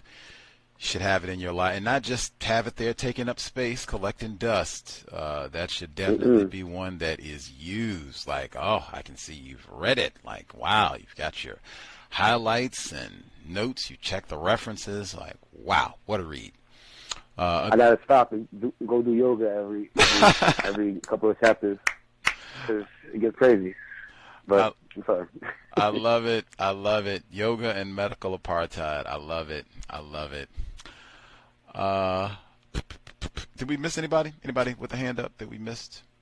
Star 61. Do you think you have a comment, question? Grant. Oh, there's one. I thought so. Ivy, yes, ma'am. Greetings, Dustin. Greetings to all the callers on the line. I want to say that terms like environmental, institutional, structural, individual, systemic, personal, everyday racism is compartmentalizing racism, and it minimizes racism. Just adding all of these modifiers onto that term. I think white people taught us how to talk like that because it limits the scope of racism when you compartmentalize it like that. And I think white people have taught us to do that for that very purpose, to minimize it and to limit our view of the scope of it, and to just help us to train us to where we just don't see how vast it is, and also to confuse us. Speaking of confusion, Miss Washington, who is just brilliant, this book is incredible, She talked about like 300 races, I think she said, and then she said it was like a plethora. It was so many within the Hispanic category. And I like how she said how ultimately, you know, the one-drop rule, at the end of the day, you could talk about what somebody is or isn't, you know, if they're black or not, you know, from how much blackness they got in them or how much black blood supposedly or whatever. But at the end of the day, it's really about barring you from whiteness, that at the end of the day, you're not white. So that's really what that really boils down to. I mean, ultimately, if you just got so-called a little bit of black blood in you, you may not really be black either. But at the end of the day, that don't even matter. You ain't white. And I find it interesting that these Asians and, you know, even white people and just a bunch of people are, you know, they're getting into all this conflict over affirmative action, but then there's all this criticism over black people having affirmative action, which of course we don't benefit the most from it. When we were supposed to benefit from it exclusively, it was supposed to be for us to correct a wrong that was done against us. The things that she talked about concerning, I don't think there's a such thing as poor white people because they collectively make the average. Their average wealth is $120,000. There's no such thing as a poor white person because they got access to so many resources. In fact, I know somebody who don't make $120,000 a year or really don't even have a job, but she got a rich sister who she lives off of and who just sends her checks all the time for everything, just supports her. And I think that all this stuff about how this information out here about how they're treated and how they're criminalized and how they're, you know, talked about as dumb and as criminal and this and that is just to try to make it seem like they're on par with black people, like they're treated like black people. And it was shown, as she went ahead and shown that, you know, that isn't true, just how the fact that, you know, people, that black people that make more money, that they are poisoned, whereas white people who make like less than 10,000, they're not. I've noted the muddying the waters metaphor as well that you pointed out, and also I think that you said something brilliant a long time ago, or maybe even recently. I don't know, but what you said was, I think I heard this in the archives. You said white people, they find ways to make money while they practice white supremacy. That ultimately their goal is not to make money, because it's not. They talk about how pharmaceutical companies and all this stuff. That this is all about money. If it was about money, they will not do things that cause people's death. Ultimately, what white people are trying to do, they're making money in the process, but they're trying to kill people, just like Irie pointed out, that ultimately, whether it be killing us immediately or reducing our lifespan, whereas we used to live into the 90s, now we're living into our late 70s and things of that nature, ultimately they want to have what is called population control, which I call people control. I mean, these people are, as Dr. Kamba said, scientific terrorists. And the last thing that I wanted to say is that I in my observation, I'll put it that way, Filipinos are perceived as smart and all these other things that all the rest of the Asians are. That ultimately, if you have slanted eyes, or if you have distinct eyes that are similar to what is referred to as Asian, people in general perceive you, they have all of these same perceptions, regardless of whether you're Chinese or whether you're whatever. Because I remember Miss Washington pointed out it's the Chinese people and the Japanese and some other people that have the higher IQs and things of that nature. But that's not the perception of the general public, at least not from my observation, and that is from living around and with them. And the last thing I wanted to say is that since crack was brought up, most people on crack are white, and that's always been the case, and I'll mute my line. Thanks, everyone. Thanks, guys. Much obliged, Ivy. Let's see. I will try to get through my notes as quick as I can so we can get to audio segment number 2. Let's see. She starts off and she mentions Mr. Kanazawa. I said before that Pam, we talked about him way back when in the archives. She starts off with his views about how black females are really unintelligent or really unattractive And this is also the same guy who had said black people are ignorant. And then she says there are other folks who've come to the same conclusion. Dr. Watson, we talked about him before, Nobel Prize winner. He said that there's a natural desire that all human beings should be equal. But he said people who have to deal with black employees find this not true. And that's all you have to say. Like if you worked with a coon, you know. Oh, I cracked up laughing on that one. Like, woo. Let's see. Mr. Rushton, he is in the same ilk with the bell curve. Charles Murray and all of these folks who've published these different essays, books. Black people are ignorant, and you know it's a waste of time trying to do anything to correct them. This here fella, they say at the University of Western Ontario, Toronto, is referred to with respect due to his station, even though he conducted research seeking to correlate race, intelligence, and sexuality by stationing himself in Toronto's upscale Eaton Center shopping mall in 1988. That's in the Don't F with Cats documentary. There he surveyed white, black, and Asian shoppers in detail about their penis size and how far they could ejaculate. Come on now. Penis size, and this is the same fella measuring head size that Thomas in New York asked about, but he's still a white expert who gets to go out and give talks, respected, probably gets more than $12,000 to go out and give his talks and tell us about the penis survey you conducted at the mall in Ontario. Next. He died in 2012, Mr. Rushton. She writes, before his death in 2012, Rushton was a respected member of his profession. In addition to holding a full UWO professorship, he was a Guggenheim Fellow. I think that might come with a Genius Grant. I'll have to double check.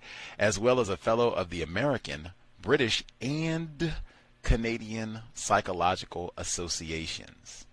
Wow. I don't think Dr. Welsing had all those honors, and she was a psychiatrist, third-generation physician. Next. I just was reminded when she said there's been a great deal of unacknowledged mating, rape, between black and white Americans that hides our true genealogies and renders our racial labels meaningless. Whites make it up as they go. Pieces of the puzzle, lots of secrets, white people raping non-white people. Big time secret. Let's see. Oh man, she mentioned so many times this Frank Wu fella and his book Yellow. The Context of White Supremacy has been here for 11 years. Frank Wu was here in year 1, 2009, and that's the exact book we talked about. Yellow. I was going to get the link as we were on the air so that I could post it, but we talked about some of those exact passages. 11 years. Counter-racist grind. Let's see. Oh, I love this passage. This was how she ended the first chapter. She said, and all of this is under what we talked about last week. This is not just poisoning. This is not just chemical and biological warfare. This is brain damaging effects that it's going to have on black people, retarding black children's brain development or damaging you so that your brain doesn't work as well. Think about that. Thomas in New York kept saying, quantifying 12,000 murders in a city and then just doing one thing, taking away one poison, can drop that number to 5,000, which is still a lot of dead black people. But I mean, wow. Brain damage, chemical and biological warfare. But she said targeting the groups with aggressive marketing of especially noxious alcohol and tobacco products. Man, that moron says every program, sobriety would be best under conditions of white supremacy, and thinking about alcohol and tobacco and all the rest of it as chemical and biological warfare. Marketing of especially noxious alcohol and tobacco products and confining them to food deserts that helps ensure brain eroding nutritional deficiencies all have marked biological consequences. Man, that sounds like she might have 2 books in Gus's top 10. That is crazy. Chapter 2. See if I can get in my last few notes before we get. Oh, yeah, I can do that. Chapter 2. She starts off talking about Anthony Miller, 10-year-old that couldn't sit still, sounds like Cancer Alley down in Irie's classroom in Louisiana. Anthony is one of at least 37,500 Baltimore children who suffered lead poisoning between 2003 and 2015. Nearly all were African American. She didn't say blacks and brown. She didn't say people of color. She didn't say blacks and poor white people. She said nearly all were niggers. That is not by accident.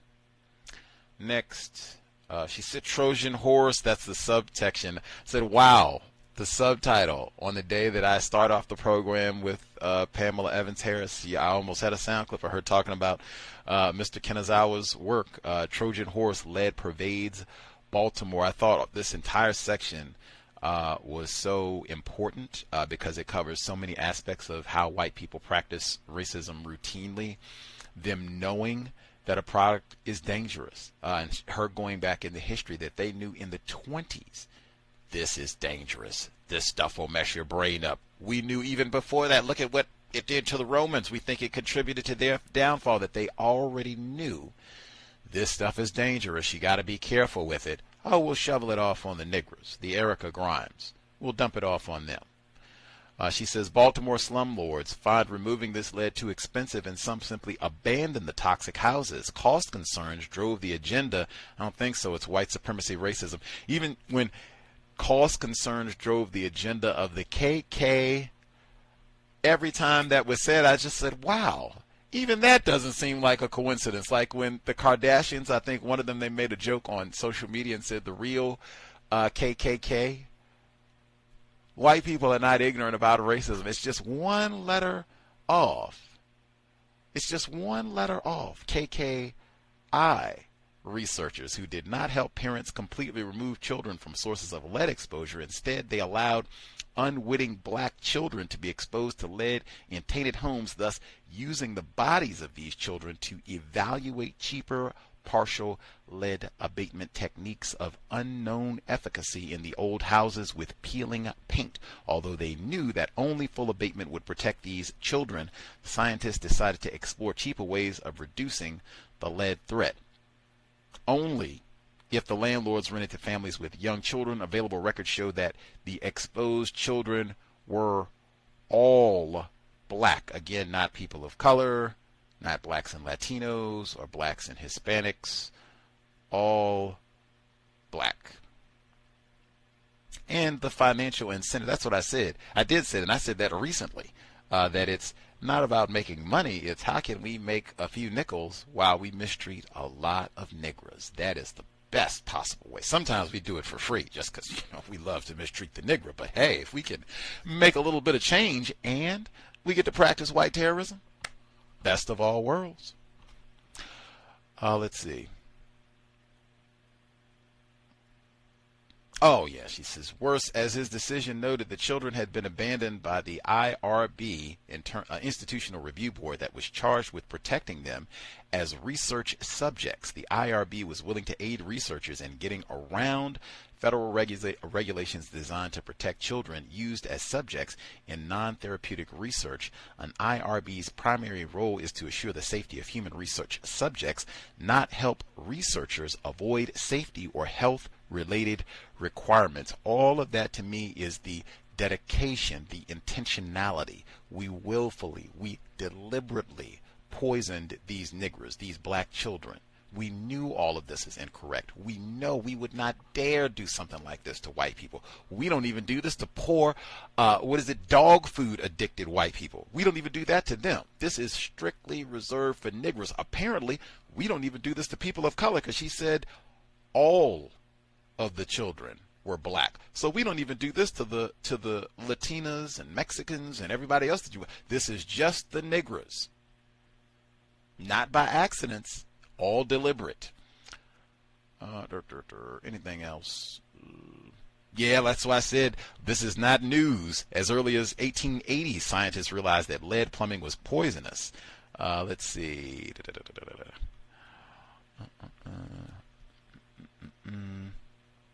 GM knew from the beginning. Loved all of those.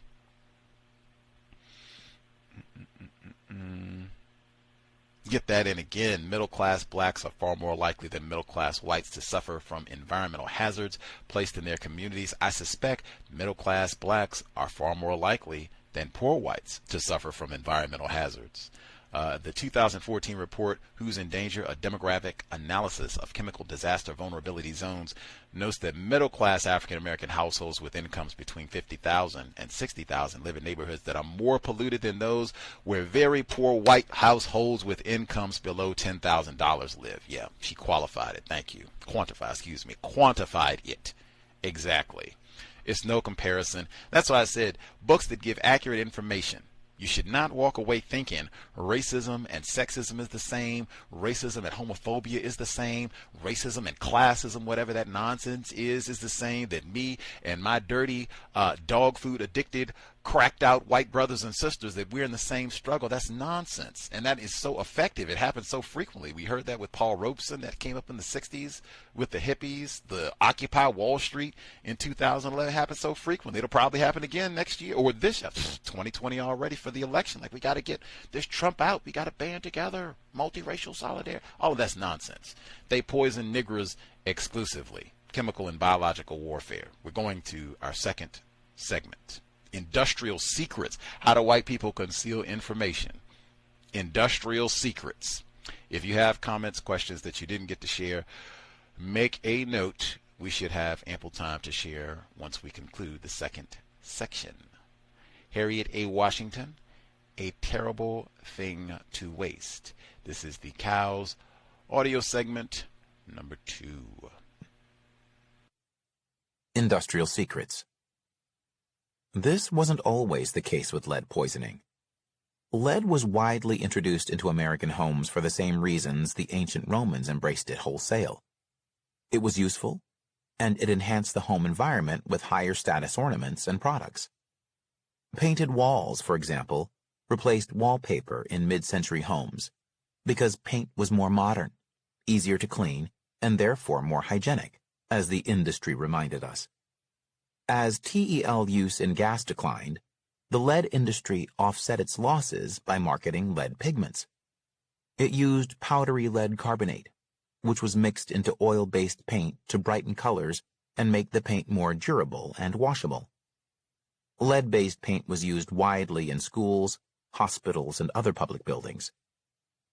The lead industry knew that the paint, like TEL gas, was very poisonous. As early as 1900, a Sherwin-Williams newsletter declared that lead was a deadly, cumulative poison.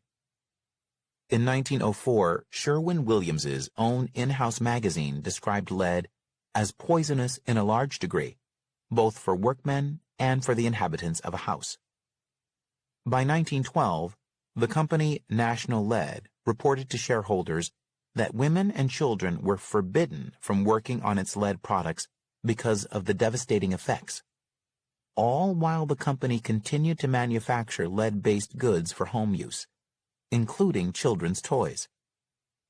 By 1955, the LIA Health and Safety Director, Manfred Bowditch, wrote an internal memo lamenting, "With us, childhood lead poisoning is common enough to constitute perhaps my major headache." So the poisonous nature of lead paint was well known from the beginning. Safe, lead-free alternatives like ethanol and unleaded house paint were also available from the beginning. But the LIA's aggressively deceptive marketing efforts in the early 20th century made lead paint popular among homeowners and landlords. Lead dust from the paint coated everything, including the lungs of children. When children become toddlers, able to move about and explore their poisoned world more freely, the real devastation began. Young children's principal means of exploring the unfamiliar world is to put objects in their mouths. Even noxious tastes won't discourage young children from mouthing objects. But lead's sweetness encouraged them to lick and suck on painted cribs and windowsills, and to frequently put their unwashed hands in their mouths after peeling sweet paint chips off household surfaces. This is a very efficient method of poisoning. A lead paint chip no larger than a fingernail can send a toddler into a coma and death. 1/10 of that amount will lower his IQ. The lead industry's response? Rather than pull lead-based paint from the market in favor of safe alternatives, firms more aggressively touted lead paint as a healthy wall covering. Because it was so easy to wash, it was specifically recommended for children's rooms. Lead pigment maker National Lead Industries, the same company that wouldn't allow women and children workers in their lead paint factories due to safety concerns, ran a National Geographic ad in 1923 that claimed, "Lead helps to guard your health." The following year, an advertisement by Sherwin-Williams boasted that after her home received a coat of lead paint, Cousin Susie says her health improved instantly. In the 1990s, tobacco companies came under fire when Philip Morris sought to woo customers from an early age with trinkets, like child-sized flip-flops that stamped the word camel in the sand, and cartoon characters like Joe Camel, which the Journal of the American Medical Association found was as recognizable to 6-year-olds as Mickey Mouse. They were taking a page from the book of the lead industry, which marketed lead products designed specifically for children. Lead-painted toy horses, train sets, and jewelry. Even coloring books that celebrated the superior colors of leaded paint as vibrant hues that are perfect for the cheerful decor of children's bedrooms. Of course, both chronic and acute exposures to lead poisoned industry workers too. One of the more dramatic examples of this occurred on October 27, 1924, when 11 workers were poisoned by TEL gas at the Standard Oil Research Laboratory in Elizabeth, New Jersey. They suffered profound confusion, delirium, and derangement so dramatic that one had to be bound in a straitjacket before being hospitalized, where one worker died. Such mental symptoms were well known to the workers, who called the site the Looney Gas Building. Similar outbreaks of poisoning and madness among 300 other workers who became psychotic, and some of whom were also carried away in straitjackets, took place at the other 2 TEL manufacturing sites.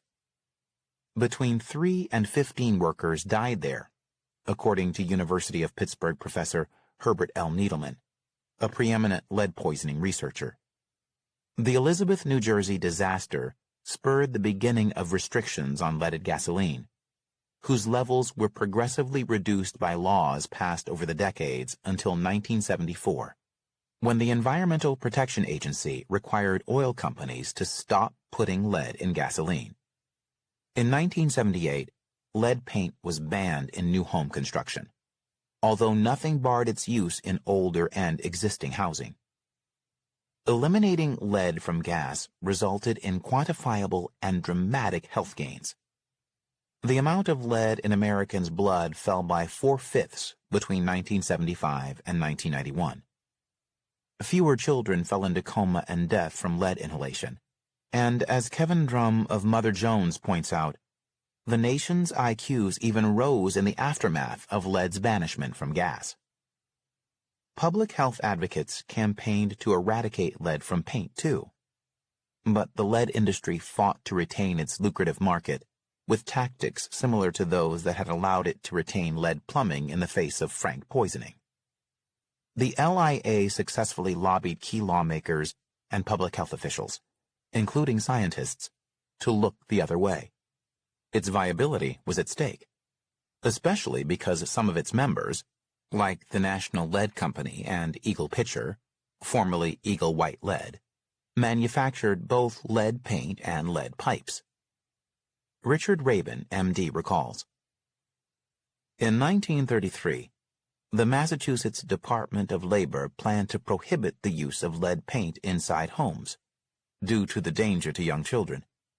However, the Lead Industries Association, concerned that such a regulation could lead to the banning of lead paint in other states, persuaded the Labor Department to drop the rule. Instead, the department issued a weak recommendation that lead paint not be used where children could have access to it, without reference to lead's toxic nature. In 1956, LIA Health and Safety Director Manfred Bowditch boasted to the Secretary of the Interior, who was responsible for regulating the lead industry, that with the public health officials, local, state, and national, I've been at some pains to cultivate their goodwill and get them into a receptive frame of mind as to our viewpoint. I feel this has paid off, as for example, in Chicago, where we have been able to stave off a paint labeling regulation like that here in New York. As David Rossner and Gerald Markowitz reveal in their 2013 book, Lead Wars, The Politics of Science and the Fate of America's Children, the industry consistently denied that lead paint was a danger to children. Internal communications from the LIA imply that they seemed most worried about the economic effects of lead's toxicity and about their public image. In the first place, it means thousands of items of unfavorable publicity every year. This is particularly true since most cases of lead poisoning today are in children, and anything sad that happens to a child is meat for newspaper editors and is gobbled up by the public. It makes no difference that it is essentially a problem of slums, a public welfare problem. Just the same, the publicity hits us where it hurts. Landlords who didn't relish the prospect of expensive lead abatement and repainting also clung to such denials of responsibility. The uses of doubt. The LIA and its scientists also churned doubt regarding lead's dangers by minutely challenging data that demonstrated lead toxicity. This pattern has been repeated consistently in the evaluation of environmental poisoning. Raising, and where necessary creating, doubt in response to health data is a favored ploy of the industry and of the scientists it employs and funds. As public health researchers and practitioners amassed data showing sickness and death, the industry contested their studies and demanded ever-increasing levels of surety before any abatements or eradication commenced. For the lead industry, as for the industries behind many subsequent poisoning cases, doubt became a useful foil against the expense of regulation. As the title of one book on the subject proclaims, doubt is their product. This corporate skepticism is often articulated as a scientific question, to wit, is there really incontrovertible evidence that lead in paint is a hazard demanding eradication? Demanding scientific proof sounds logical before undertaking an expensive ban and an even more expensive removal and rehabilitation of a toxic site. Some think that the expense and disruption demand certain proof, but finding such proof is very expensive too. Research requires a great deal of funding and other resources, and it can take decades to amass data that can utterly condemn or exonerate a suspect chemical. But the most precious resource lost in the long decades of research required for absolute proof of a chemical's harmfulness is health. The lives of the people who are sickened, killed, or hobbled by lower intelligence during the long, expensive search for the ever higher standards of proof demanded by industry and its scientists. Its scientists refers not only to those in its employ, but to those whose work it funds, because a wealth of studies show that industry-funded research, even that published in top-tier journals, tends to find results that buttress the interests of the industry that pays for them. Doubt was, and is, more than a scientific question. It is often a profitable stance as well. Am I suggesting that chemicals suspected of causing illness be restricted or removed from the market even before we can prove that they cause this sickness, including memory loss, IQ loss, confusion, and behavioral problems suffered by those who are exposed to them? Yes. As early as 1988, the Agency for Toxic Substances and Disease Registry, ATSDR, estimated that the blood lead levels of 2.4 million U.S. children and 400,000 fetuses exceeded the blood lead level standards of the day, which were then quite high, at 15 micrograms per deciliter. This is a fraction of the millions who have fallen into comas, died, been permanently injured, or lost intellectual capacity as a result of lead poisoning, while the industry successfully blocked regulation and bans by simultaneously hiding damning data and demanding incontrovertible proof that lead was injuring Americans. These life-changing illnesses and deaths cost victims and their families. But they also cost the nation a great deal of money for the victims' medical care and their dependents' care. And this widespread loss of intelligence costs the nation the brain power it needs to compete in the modern industrialized economy.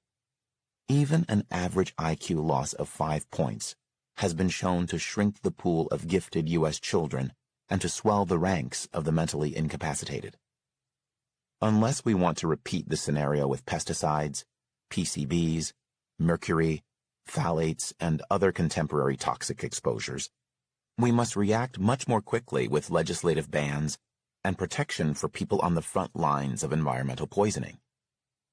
But I am not suggesting that we neglect proving the danger or safety of industrial chemicals. This is imperative. The problem is that we are testing them at the wrong time. The United States has approved 60,000 chemicals for industrial uses that expose Americans in the workplace, in fence-line communities, and in company towns, and that poison us by leaching into our water and air. Regulations do not require companies to test the effects of such chemicals on humans prior to using them, and they don't. We typically learn of health hazards only after people are exposed to them. And because environmental pollution exposes victims to a mixture of untested substances, teasing out and accurately characterizing the effects of any one chemical can be difficult. Moreover, many pollution-caused illnesses, such as lung cancer or mesothelioma, can take years or decades to appear, making them difficult to connect to a given chemical exposure. But some nations, like those of the European Union, test industrial chemicals differently, before they are used. So should we. Rather than collecting, analyzing, and haggling over the sufficiency of data about a chemical's relative safety after allegations of harm are made, the safety of any potentially toxic substance should be demonstrated before it is marketed and used. Determining the safety of industrial chemicals before they go into use is an illustration of the precautionary principle. Unfortunately, it is not favored in the United States. And although it is not favored by corporations because it would add to the expense of research and development and delay marketing, pre-market testing in line with the precautionary principle would also save them and the nation the expense of bans, cleanups, and lawsuits. Most importantly, it would save the lives, health, and intellect of millions of poisoned Americans each year. As Swedish filmmaker Bo Widerberg once wrote, "Sometimes it doesn't make sense to ask what things cost." It could, however, make a great deal of economic sense to make sure these chemicals are safe by testing them before putting them on the market, given the astronomical cost of health care and lost wages due to poison-induced illness, not to mention the expense of cleanups. The lead industry relentlessly and successfully questioned the science showing that its products were killing children in their own homes. Industry so often resorts to the tactic of introducing doubt that, as later chapters in this book document, it has successfully halted or delayed the restriction and banning of clearly toxic substances. For more than a half a century, the LIA internally acknowledged lead's toxicity while publicly casting doubt on its dangers and blaming victims by ascribing illness to improper handling. Meanwhile, public health practice focused on institutional accountability to ensure or improve American health. Its researchers, institutions, and government agencies sought to cajole, convince, or force organizations to comply with standards. Pressure was brought to bear, and eventually the industry had to conform to lead removal standards in order to minimize children's exposure. But as Columbia University historian and public health professor David Rossner and his co-authors point out in their article, The Exodus of Public Health, a sea change in philosophy was taking place. Public health pressure on industrial polluters has been largely supplanted by a focus on laboratory science and the mantra of personal responsibility. The field abandoned universalist environmental solutions, introducing pure water, sewage systems, street cleaning, and began focusing on training people how to live cleaner, more healthful lives, they write. By the advent of the Cold War, science and medicine became great levelers, allowing public health professionals to ignore social factors, including the racial segregation, poverty, inequality, and poor housing that had been the traditional foci of public health reformers only 30 years before, and explain disease without any of the disruptive implications of a class analysis. By the 1970s, a powerful discourse of personal responsibility for health and disease placed blame on individuals and implicitly absolved corporations that marketed harmful products such as cigarettes and lead paint and polluted the nation's water and air. The pressure to improve health is now placed on individuals as their behaviors are criticized, scrutinized, and sometimes demonized in the hopes of modifying their behaviors into healthier ones. Personal responsibility for health is important and a good concept in theory. However, a difficulty arises when avoiding disease requires avoiding lead fumes and dust, shunning tainted tap water, or evading mercury emissions from coal-fired power plants, because individuals have little power to control their exposure to industrial pollutants that frequently poison their workplace and neighborhoods. Blame the victim. When muddying the scientific waters no longer worked to hide how lead was killing and intellectually crippling children, the lead industry resorted to another tactic, deflecting blame onto the injured. A wider realization of lead's hazards coincided with a demographic upheaval in the aftermath of 1960s civil rights era violence. This friction included rebellions, race riots, and the legally mandated integration of schools and housing. As whites fled to the suburbs, people who could not do so, primarily African American and Hispanic families, remained trapped in the city's lead-tainted housing. Lead exposure was morphing into a racially disparate poison. The industry found this helpful to their cause, as the purveyors of lead shifted the blame from their own promotion of a toxic product to a more nebulous malfactor: poverty. In an internal memo, Manfred Bowditch, the health and safety director of the LIA, wrote, "Aside from the kids that are poisoned, and we still don't know how many there are, it's a serious problem from the viewpoint of adverse publicity. The basic solution is to get rid of our slums, but even Uncle Sam can't seem to swing that one." In blaming manufactured racial disparities on poverty, Bowditch used what is still a popular ploy to evade industrial responsibility. In Deadly Monopolies, the shocking corporate takeover of life itself, I discuss a public relations strategy in which pharmaceutical manufacturers fought bad press in the wake of the Agreement on Trade-Related Aspects of Intellectual Property Rights, TRIPS, regulations, negotiated by the World Trade Organization, WTO, in 1994. These laws, pushed through the WTO by the industry, force developing nations to adhere to Western pharmaceutical patents and to accept high Western prices. These patents protect high corporate profits, but allow pricing above what the populace of countries like Thailand, Sudan, the Democratic Republic of Congo, and Brazil can afford. They also allowed companies to abandon the development of medications they deem unprofitable, often medicines intended for diseases of the developing world. The TRIPS regulations even prevent countries like India from making cheap, similar drugs that once helped to fill the pharmaceutical void in the developing world.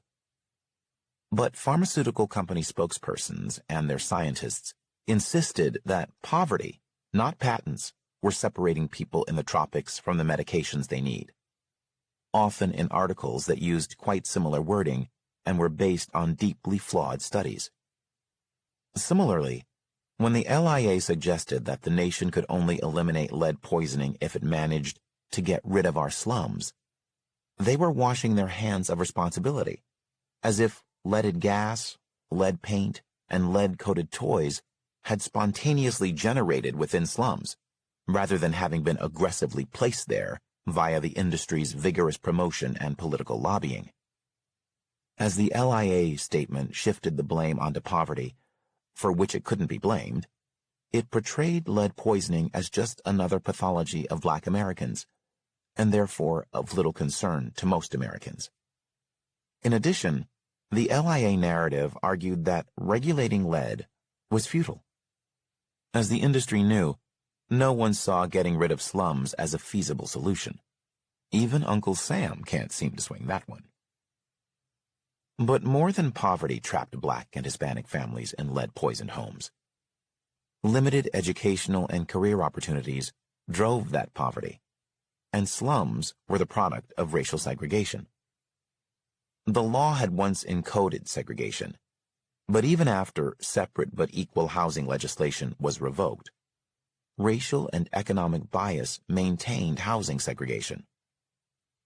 Like most Americans, the industry understood that the nation was not eager to allow African Americans out of the slums and into white neighborhoods en masse, no matter how much hand-wringing attended the discussion of ghetto problems. In short, the industry's stance that lead poisoning was a public welfare problem, not a lead regulation problem, placed it far from the industry's purview.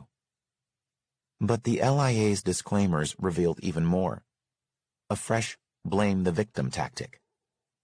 The term slum suggested the racial component of the problem, but Bowditch continued with language that made the racial characterization explicit. Lead was safe when applied and used properly, the industry suggested, but it implied that parents of color were slovenly housekeepers who did not use the paint in a correct, safe manner, who allowed unsafe levels of lead to accumulate in their dusty, dirty homes, and did not monitor their children's proper use of lead-painted toys and products. Of course, this message still entailed a tacit acknowledgement that lead is dangerous, but the powerful invocation of ethnic parents as the real problem seemed to overshadow this misstep. Next in importance is to educate the parents, Bowditch wrote. But most of the cases are in Negro and Puerto Rican families. And how does one tackle that job? Uneducable Negroes and Puerto Ricans. In casting Black and Hispanic parents as uneducable, Bowditch tapped into a perception of people of color as too unintelligent to keep themselves and their children healthy and safe. He indicts Black and Hispanic intelligence, not his firm's aggressive marketing and duplicitous defense of toxic wares. This mixture of corporate half-truths and racist blame-the-victim characterizations helped create an image of lead poisoning as a racial ailment that was of little concern to the average American. This venal tactic resonated with many Americans, in part because by the 1970s, lead poisoning was indeed a racial problem. One might think that the end of de jure segregation would have made lead exposure democratic by yielding racially integrated neighborhoods and risks. Unfortunately, de facto segregation persisted, leaving people of color to deal with lead-imbued housing in the aftermath of white flight to the newly constructed, lead-free developments of the suburbs. Even middle-class people of color were affected.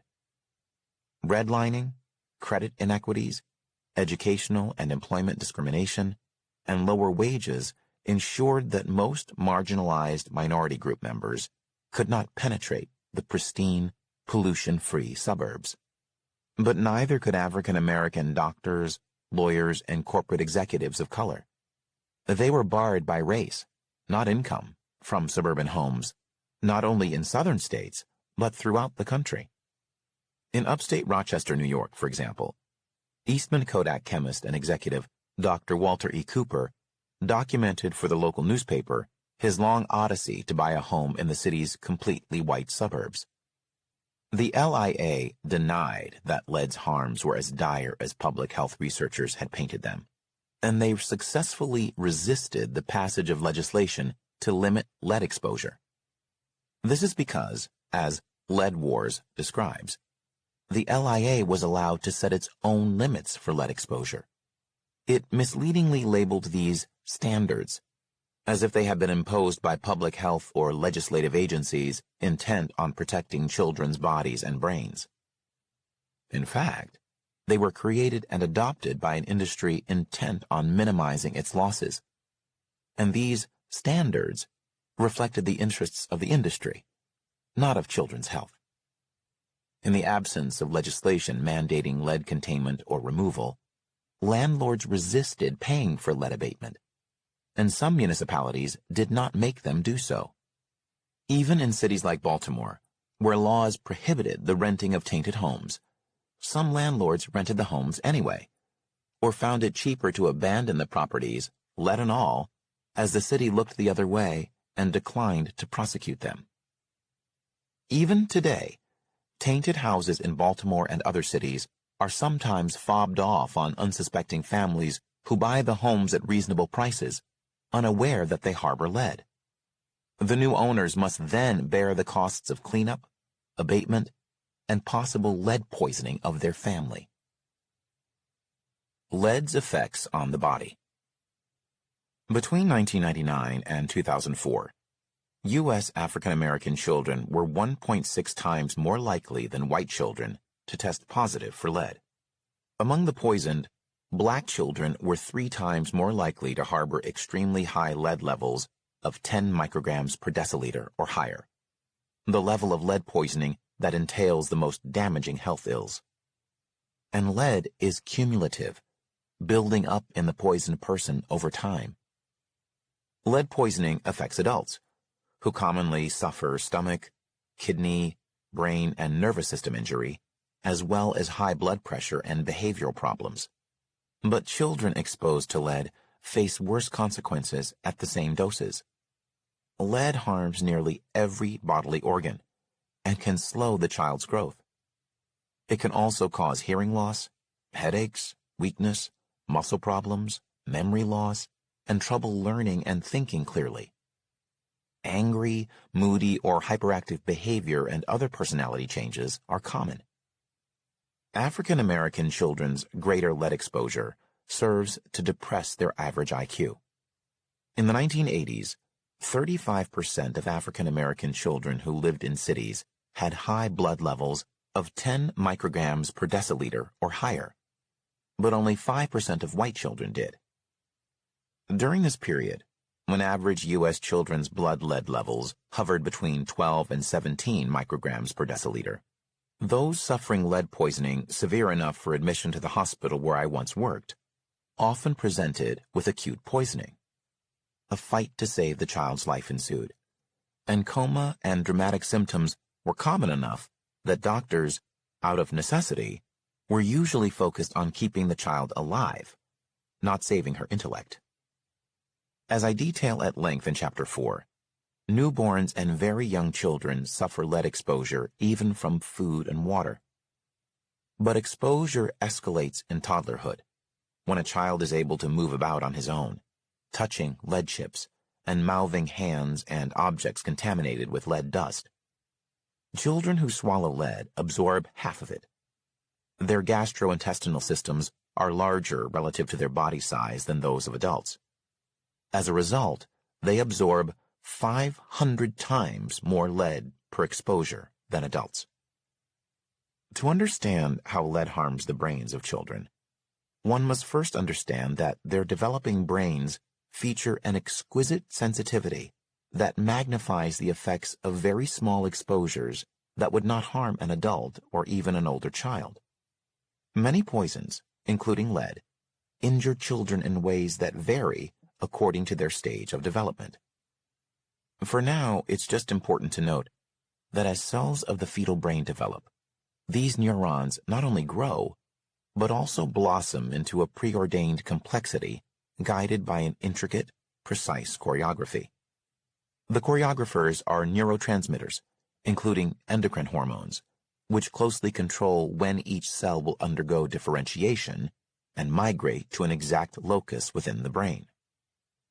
Lead sabotages this precision, with portentous results. Brain cells may grow to the wrong size, or in an incorrect configuration. They may migrate to the wrong portions of the brain, or fail to migrate at all. As a result, essential neurological structures and connections may become misshapen, or may never appear at all, leading to brain damage that is irreversible. This damage continues long after birth, and its full import may not appear until the 20s, when the brain matures, or even later. The corpus callosum that unites the two hemispheres of the brain, for example, is a late bloomer, often completing its maturation in a person's 30s. Moreover, this derangement of the brain's growth and architecture doesn't require acute, high-dose exposure. It is triggered by chronic, low-level lead exposure that may never be recognized and may have no discernible symptoms for years or even decades. This is precisely the sort of exposure that preferentially haunts the nation's children of color. Lead poisoning cannot be cured, but good nutrition, and in extreme cases, chelation, an inpatient procedure where children are given substances that bind excess lead so the body can excrete it, can lower lead levels. Chelation is not a cure-all, however, because it sometimes must be repeated, and sometimes it worsens the poisoning.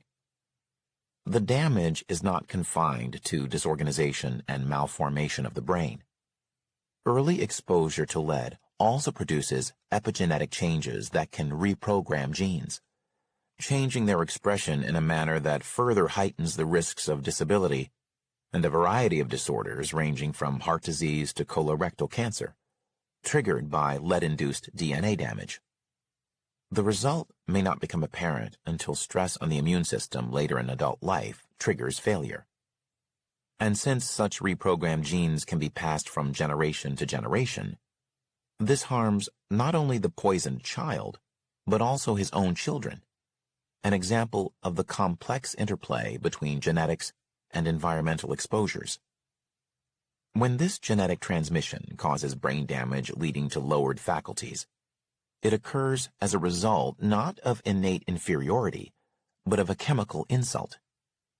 Moreover, a 2007 report in neurotoxicology revealed that genetic damage caused by lead also sensitizes children to later neurological assaults, weakening the poisoned person's ability to resist subsequent environmental injury.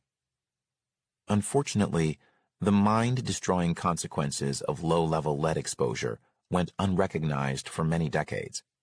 In fact, lead poisoning was initially thought to harm children only when their blood level reached 15 micrograms per deciliter of blood. Later studies showed that children were also being poisoned at lower levels, so the toxic level was revised downward. Unfortunately, health policies in cities like Baltimore mandated no treatment for children whose blood lead levels were less than 20 micrograms per deciliter, even though the threshold poisoning level was set to 10 micrograms per deciliter, and experts argued for 5 micrograms per deciliter. Today, the CDC states that there is no threshold and no safe level of lead exposure. That's where we will end for this week. We'll pick up next week. Irie down there in Cancer Alley, Louisiana, she was talking about how this manifests in the classroom, the behavior of our children. Guess what the subtitle of the next section is? Behavioral fallout. I'm just going to give you a little sample of what's coming next Thursday. She writes,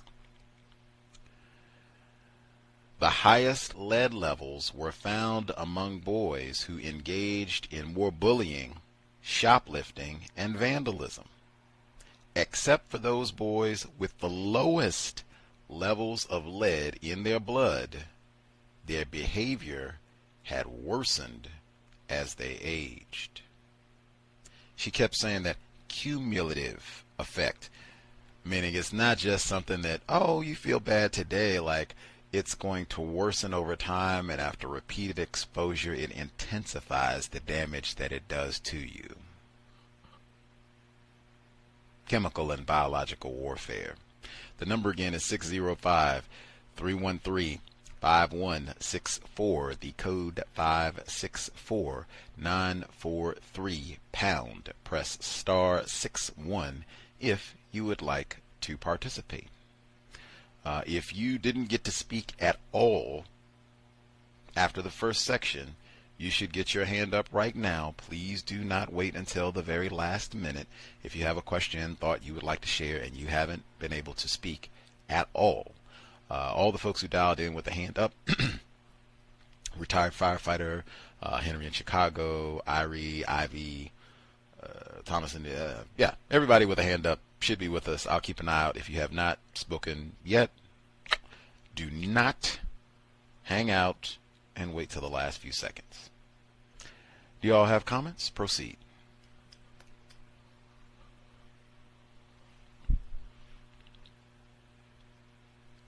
Yeah, behind. Greetings, Ivy. Greetings, sir. I wanted to say also, from the first segment, I think she said it was North Africans who was among the top with the high IQs. The same thing applies to them, so-called Africans, where people don't, at least in my observation, they don't differentiate between which so-called Africans. Like, all people from the continent are perceived as, I guess, at least not the ones that are perceived as being in huts and all of that, are perceived as smart, especially in comparison to black people here who are not on the continent.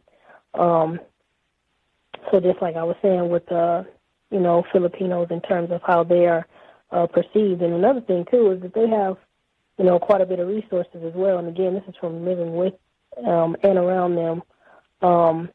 And the thing about that perception, I think that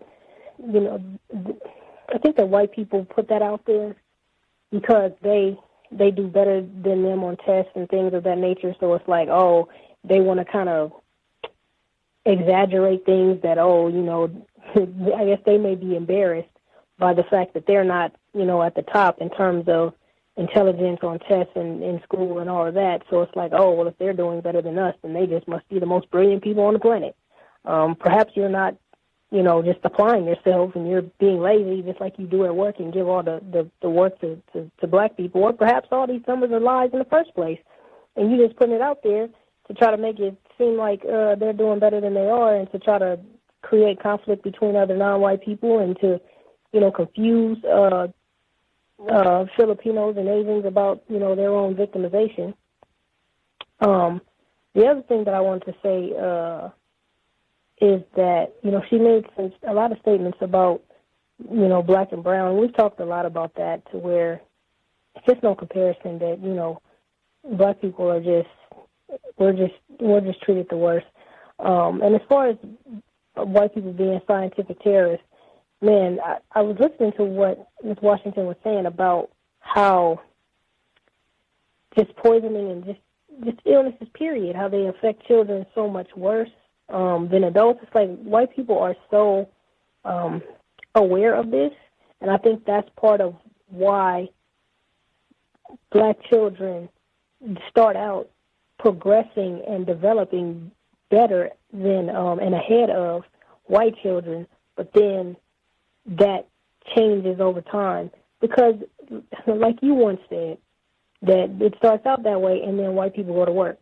And so they know, and that's why they invented all this stuff because they're scientific terrorists. So they checked all of this stuff out and then they put it out there and marketed it to us and gave it to us and put it in our neighborhoods and things of that nature to create exactly what they have created. And one last thing that I wanted to say, one last thing about white people on crack. The thing about this is that there had been a lot of talk about how back in the day there was this cocaine versus crack sentences and things of that nature. That really wasn't the thing. What it boiled down to and what it came down to is that white people, what it was is that the white people who were doing crack, they also were not going to jail like black people. So it wasn't about a differentiation between, they just weren't locking up people who were doing cocaine. No, they weren't locking up white people who were doing crack. And they were locking up black people who were not doing crack, who were doing, I guess, the powder cocaine. So what it boiled down to wasn't about the particular type of cocaine or any of that. It was about black people, and it was about white people just practicing racism and black people being victimized as a result. And I'll mute my line. Thanks, everyone. Thanks, Gus. Much obliged, Ivy. Other folks who dialed in, if you have comments to share, proceed.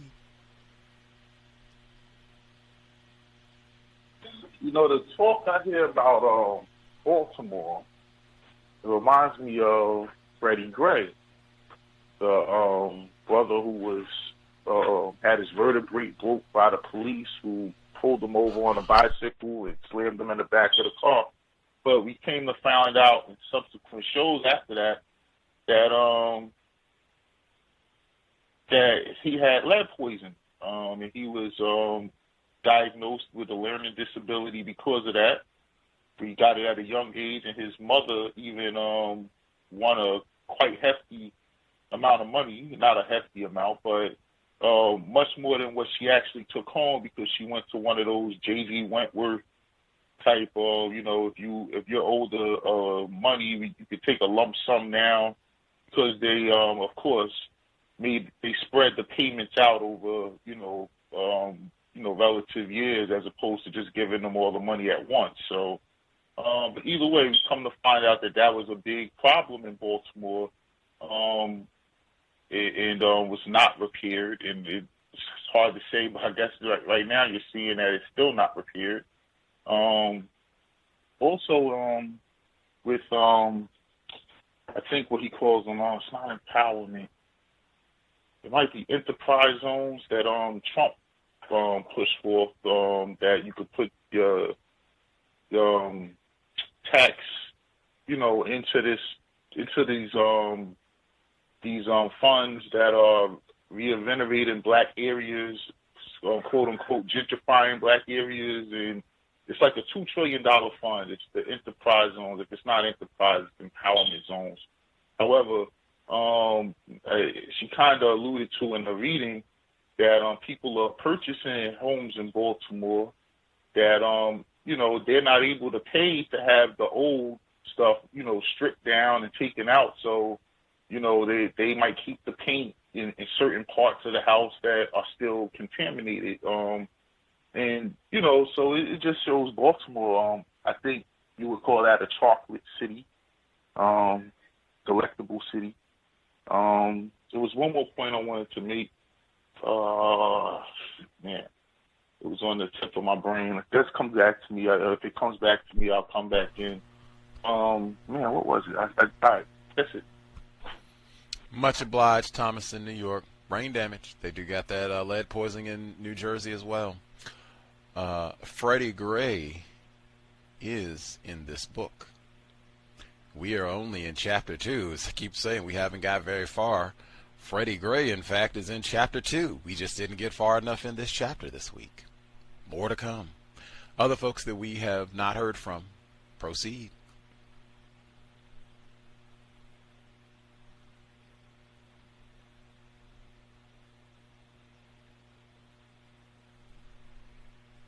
Everybody good for the time being? I'll go over some of my notes and check in again. Let's see.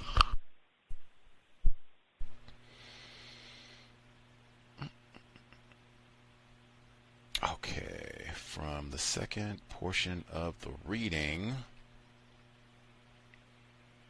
Again, she has so many just direct quotes and great evidence about white people knowing well in advance that these chemicals are dangerous. We're talking about lead specifically, that this is poisonous and a cumulative poison. Again, repeated exposures, the toys and all of that, which I thought was really malicious, like them marketing out all these kids' toys and things. They're going to put this in their mouth, and just finding as many insidious ways as possible to poison, chemical and biological warfare.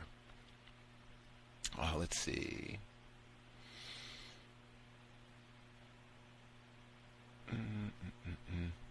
Word usage again. She said after they start getting some of the information out that, wow, this lead poisoning, this is brain damaging. And it doesn't take a whole lot. Like she said that they revised the standards about what is a healthy level. So she says the lead industry's response, rather than pull lead-based paint from the market in favor of safe alternatives, firms more aggressively touted lead paint as a healthy wall covering because it was so easy to wash. It was specifically recommended for children's rooms. Delimited particularly put that with the information that we got towards the end of the second audio segment about how children are more sensitive. I don't have children, but I have been around young, and I mean like newborns, a few weeks old, a few days old, those type of children. They are much more sensitive. You will see them, they will have reactions to water. They have special detergents and things, right? People that have seen, people that are parents, to wash clothes because their skin reacts to a lot of things. They don't do a whole lot of spicy foods a lot of times. Like, they are very, very sensitive to everything. Their bodies are still developing. Their brains are still developing. So these chemicals have an even more devastating impact on children, and it says that they aggressively and specifically marketed this paint for children's rooms, while at the same time the company wouldn't allow women and children workers in their lead paint factories due to safety concerns. And I'm sure most of those workers were white, if not all. Could be an error. Let's see.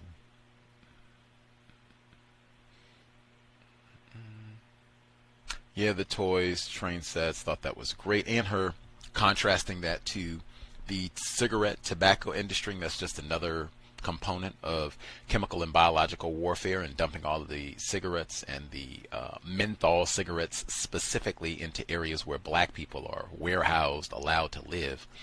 But comparing it, saying how the cigarette industry, they would have the cartoons and Joe Camel and all of that. The lead industry would do the same thing, send out these toys and flip-flops and all of that so they could market their brand. And people think that this is safe. Certainly there's nothing wrong with this, all the while it's destroying your brain, computer, your body in general. Let's see. And again, the detail that she included, how white people, and I thought it was great when she included that anecdote about how in 1924 they had the white workers, I assume, at the factory where it got so bad one of them had to be bound in a straitjacket and hospitalized. One worker died. They said that the symptoms and danger was so well known that they called the site the Looney Gas Building with these lead chemicals. I look at all of that as white sacrifice. There are going to be some white losses in all of this. We know the targets, and she used that word specifically in this section. The targets are going to be the Negroes, but we might have some white people. Heck, we might even have some white people who end up in some of these houses. Cost of doing business. It happens. I'm sure there'll be some of the little white children will end up with some of these lead chips in their mouth. End up with some of these little lead toy trucks in their mouth. Bound to happen. But most likely, we're going to do a really good job. She had a whole lot of times in the book where it was nearly all, or all of the records indicate that the children were black. We're going to do an increasingly efficient job tailoring our targets to the Negro children. So it'll be the Freddie Gray, Erica Grimes. Those will be the ones that are suffering. Cumulative effects. Let's see.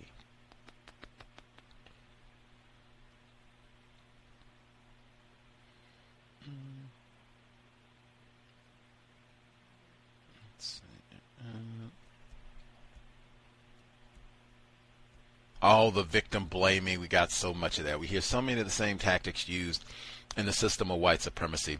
She says more than a half century, the LA, the lead industry of America, internally acknowledged lead's toxicity while publicly casting doubt on its dangers and blaming victims by ascribing illness to improper handling. And they put that in quotes. Lovely. Same thing with the crack babies where whites terrorize us. I said, oh my Lord, look at you. You're criminals. Your children are criminals. That's you. You're going around smoking crack while you're pregnant and having all these children. Now we got a whole generation of crack babies that are going to destroy the world.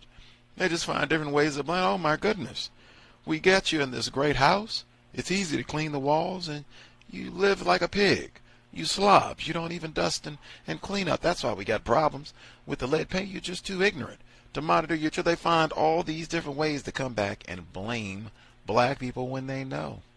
That's why for a lot of this, it wouldn't even be worth the time and energy to fuss with the Rushtons and Kanazawas, to fuss and argue with them about black people being dumb and ignorant and stupid. You're arguing with people who know we have poison. In fact, if they are dumb, that just shows how well things have been working, because we don't allow them to go to school, and we've been dumping chemicals to kill their brain since before they were born, since they were in the womb. We've been poisoning them to make sure that they're ignorant, so we've done our job. If they are ignorant, and if they do have some intelligence, well, then that just means we need to work harder. But more lead, we need to do another round of painting. Yeah, tell them we're going to be back to paint next week, and yeah, we'll figure out some other. We'll adjust the pipes. That's a good one. That worked well. We'll do that again. Let's see. Next.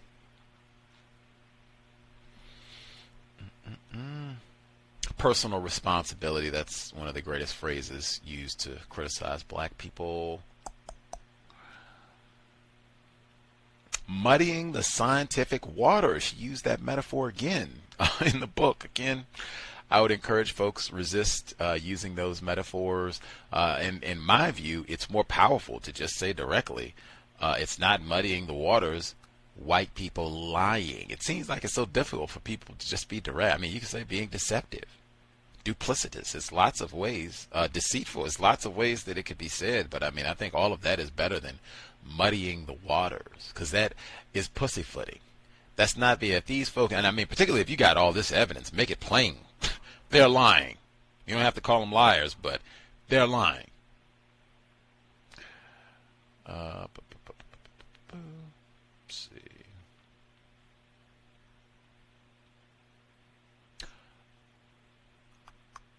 Washing their hands, I always think, is an interesting metaphor in the system of racism, and particularly for white people when it's so many things, which he talked about there being so many different ways that they have poisoned black people, and then to just step back and say, oh, it's poverty, you know. All these poor people, what can you do? We just can't solve a problem of poverty. Like, well, you could stop, you know, dumping all these toxic poisoned toys on us, and you could, particularly if there are other alternatives that could be used, but you prefer to make money poisoning black people. Let's see. In the subsection lead's effects on the body, she says between 1999 and 2004, U.S. African American children were 1.6 times more likely than white children to test positive for lead. Among the poisoned, black children were 3 times more likely to harbor extremely high lead levels of 10 micrograms per deciliter or higher, the level of lead poisoning that entails the most damaging health.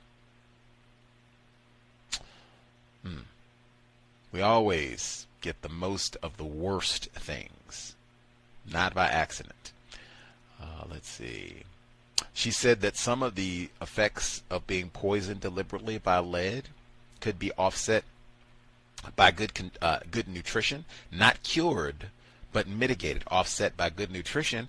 Well, wouldn't you know, she already said that a lot of these lead-contaminated areas are in food deserts where, no, you're not going to get quality nutrition. You know, we'll have a McDonald's for you. We'll have, you know, a Cheetos chicken sandwich for you. Some nonsense. You're not going to be getting organic kale and mushrooms and spinach and tomatoes and quality fruits and vegetables that might help improve your health and vitality. Like, no, it's just more poisoned water and Cheetos. Let's see.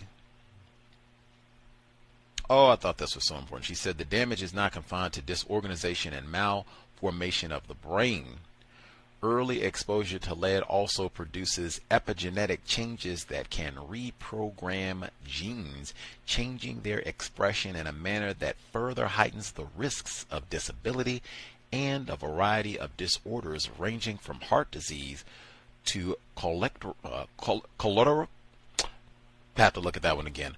Cholesterol, probably mispronouncing it. Cancer, triggered by leading lead-induced DNA damage. The result may not become apparent until stress on the immune system later in adult life triggers failure. I thought that was important because that's one of those where it's disconnected from what brought this on, where I suspect a lot of people don't know where this came from, and they might say, oh, I've got these no good niggardly genes, and my family had these bad genes, or I'm a no good nigger, I smoked crack, or my mom smoked crack, I'm a crack baby, or I ate ham sandwiches all my life, I didn't take care of myself. And no, white people have been poisoning you before you were born, and they knew this was going to happen. And in fact, they knew this was going to happen when you turned 47. They had it all in the plans. Continuing, and since such reprogrammed genes can be passed from generation to generation, this harms not only the poisoned child, but also his or her own children. An example of the complex interplay between genetics and environmental exposures. Wow. This reducing your ability to handle future stresses, illnesses, your immune system, and overall health moving forward has been compromised. Not by accident. She says, moreover, a 2007 report in neurotoxicology revealed that genetic damage caused by lead also sensitizes children to later neurological assaults, weakening the poisoned person's ability to resist subsequent environmental injury. And then it gets to Freddie Gray in the next section. Wow. Any other thoughts folks want to make sure that they get to before we conclude? Can I be heard? Oh, go ahead. Thank you. I just wanted to quickly say that this is why white savages should give up their power. For the same reason that a child rapist should give up his or her power over a child that they're using and that they got from raping a child.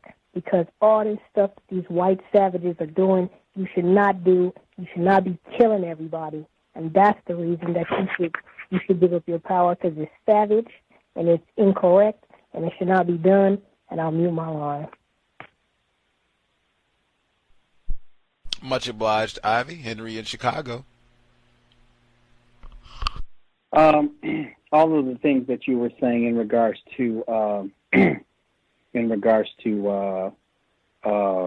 personal responsibility, you know, I was thinking about that when I was listening to the reading. Good tactics to blame, you know, the victim, and I thought about the crack baby epidemic, and that was disproved, you know, by Harriet Washington's last book in regards to that. And I know there was a lot of emphasis on, you know, the crack baby era and how, you know, crack would affect the next generation. And Harriet Washington in her last book disproved that theory medically. However, emphasis on lead, and, you know, and she's talking about it in this book as well, is de-emphasized, and how, you know, how small levels of lead, you know, does not, you know, affect babies. But however, you know, we're finding research that it does, and it affects the generations afterwards. And matter of fact, listening to this last section talking about how it is gene editing, and is affecting the genes of, you know, of the subsequent offsprings, you know, of our of non-white black people. So that's never talked about in mainstream media in regards to that. So this is a very constructive information here. And in regards to what Ivy said earlier, I do agree that, you know, this IQ thing of Asians to confuse other non-white people into believing that, to just basically causing conflict. However, you know, I have cousins who have two Filipino parents who went to an all-white school, got good grades, but they were never put in the gifted program. So I just wanted to, express why I said what I said in regards to how Filipinos aren't really, looked at, especially with especially with white people, not like Chinese or Japanese or even Korean people. So that's all I have right now. I'll mute my line. Much obliged. Caller in Chicago. I think life expectancy was mentioned earlier. Yes, sir, Thomas in New York. I just wanted to say life expectancy, I think, was mentioned earlier. Unless I've been misinformed, I think it was said that as opposed to living to 90, we make it to the 70s. The life expectancy for black males, and the reason I know this is because they had the reports whining about the life expectancy dropping for poor white people because they don't have personal responsibility. They're too busy being addicted to dog food and drinking themselves to death and everything else at a young age, so it's actually dropped their life expectancy a little bit. They said that it's still substantially longer than black males who hover at about 66. They didn't have an epidemic about that. It was just, oh yes, the niggers don't stick around too long. And personal responsibility, they're eating chicken wings and fried chicken and ham sandwiches and raping people and such, so maybe it's good that they don't hang around too long. Thomas in New York, yes sir. Yes, what I was going to say before is you got zeolite and bentonite clay. Those are clays that are edible, and they remove as they go through your system, they will take out the heavy metals, the toxin metals. They remove lead from your system. Those two things. While you were talking earlier, I asked my friend to send me the picture of the one he has. It's called Zeoforce Detoxified Daily. And he takes that to remove heavy metals. I think that, another thing, we were talking about Brazil earlier. They took the lead out of the air, and one of the reasons why the crime rate and the murder rate dropped so much is they started putting fluoride in the water supply, and they have a huge problem with that today. They still can't remove all the fluoride they added from the early 2000s, from the water today. So they have a huge problem with that in Sao Paulo. So this made me think, fluoride makes you docile, which will calm things down. I think that the way that lead is affecting black children more so than white children who pretty much share the same same food and water supply. However, we live in different areas, and the air goes back to the spraying, the chemtrails. I think that's one of the ways that they're able to target specific areas of people. Very effective way just to release the chemical over there over those people, I think. And I'll mute my line. Thank you, Gus. Last thing, crack. Crack and cocaine have the same ingredient of cocaine. However, what makes crack different is you add the baking soda. And baking soda is one of the most addictive chemicals in the world. Once you add that to it, it gives it a whole nother property. And I think that's one of the things that get overlooked is what's the effects of that baking soda. I'll mute my line. Thank you. Hello, may I be heard? You got 30 seconds. Okay. I was trying to get in sooner, sorry. I just wanted to say that they always say that education for us is going to solve our problems, whether it's poverty or STDs or, in this case, environmental exposure. And I also want to support what Henry in Chicago is saying about Filipinos. They are considered or treated as, the undesirable populace of the Asian area of the world.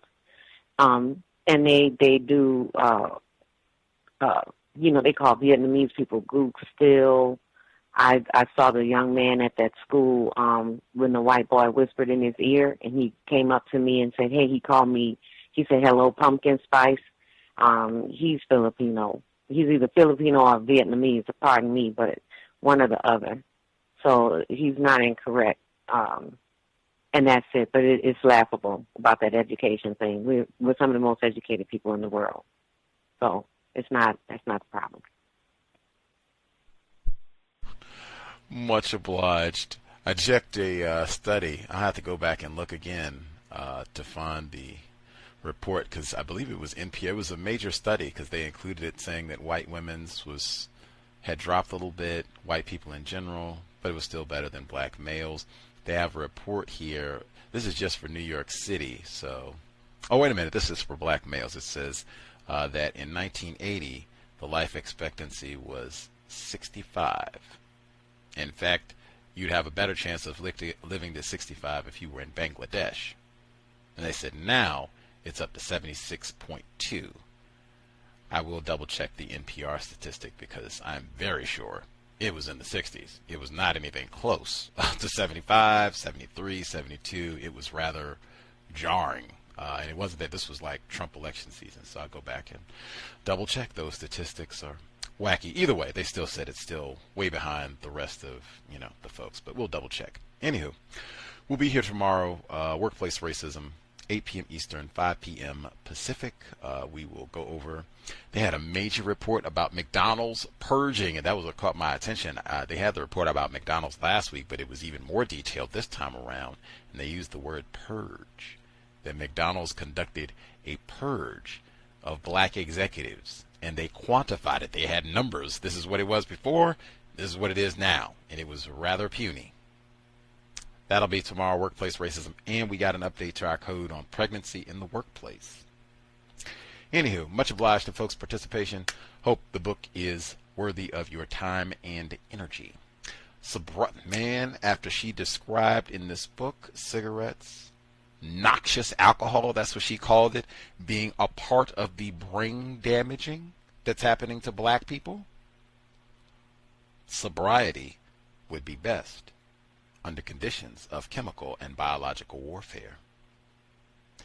In addition to being sober, let's be buckled up every time we are in a vehicle, driver and or passenger, with so many things already designed to kill and poison us.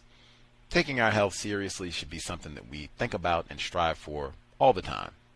In addition to being buckled up and sober, if you are driving, you are not on the cell phone at all. Trying to do the little things that we can to stay safe as possible under conditions of terrorism, white terrorism. With that, Creator, we ask that you help us remain patient with other black people, victims of white supremacy. We ask that you help us remain patient with ourselves.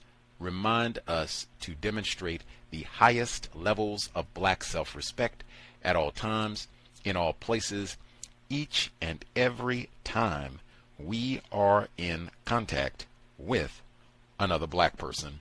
It has been time. Replace white supremacy with justice immediately. Cow signing out. Thanks all for tuning in.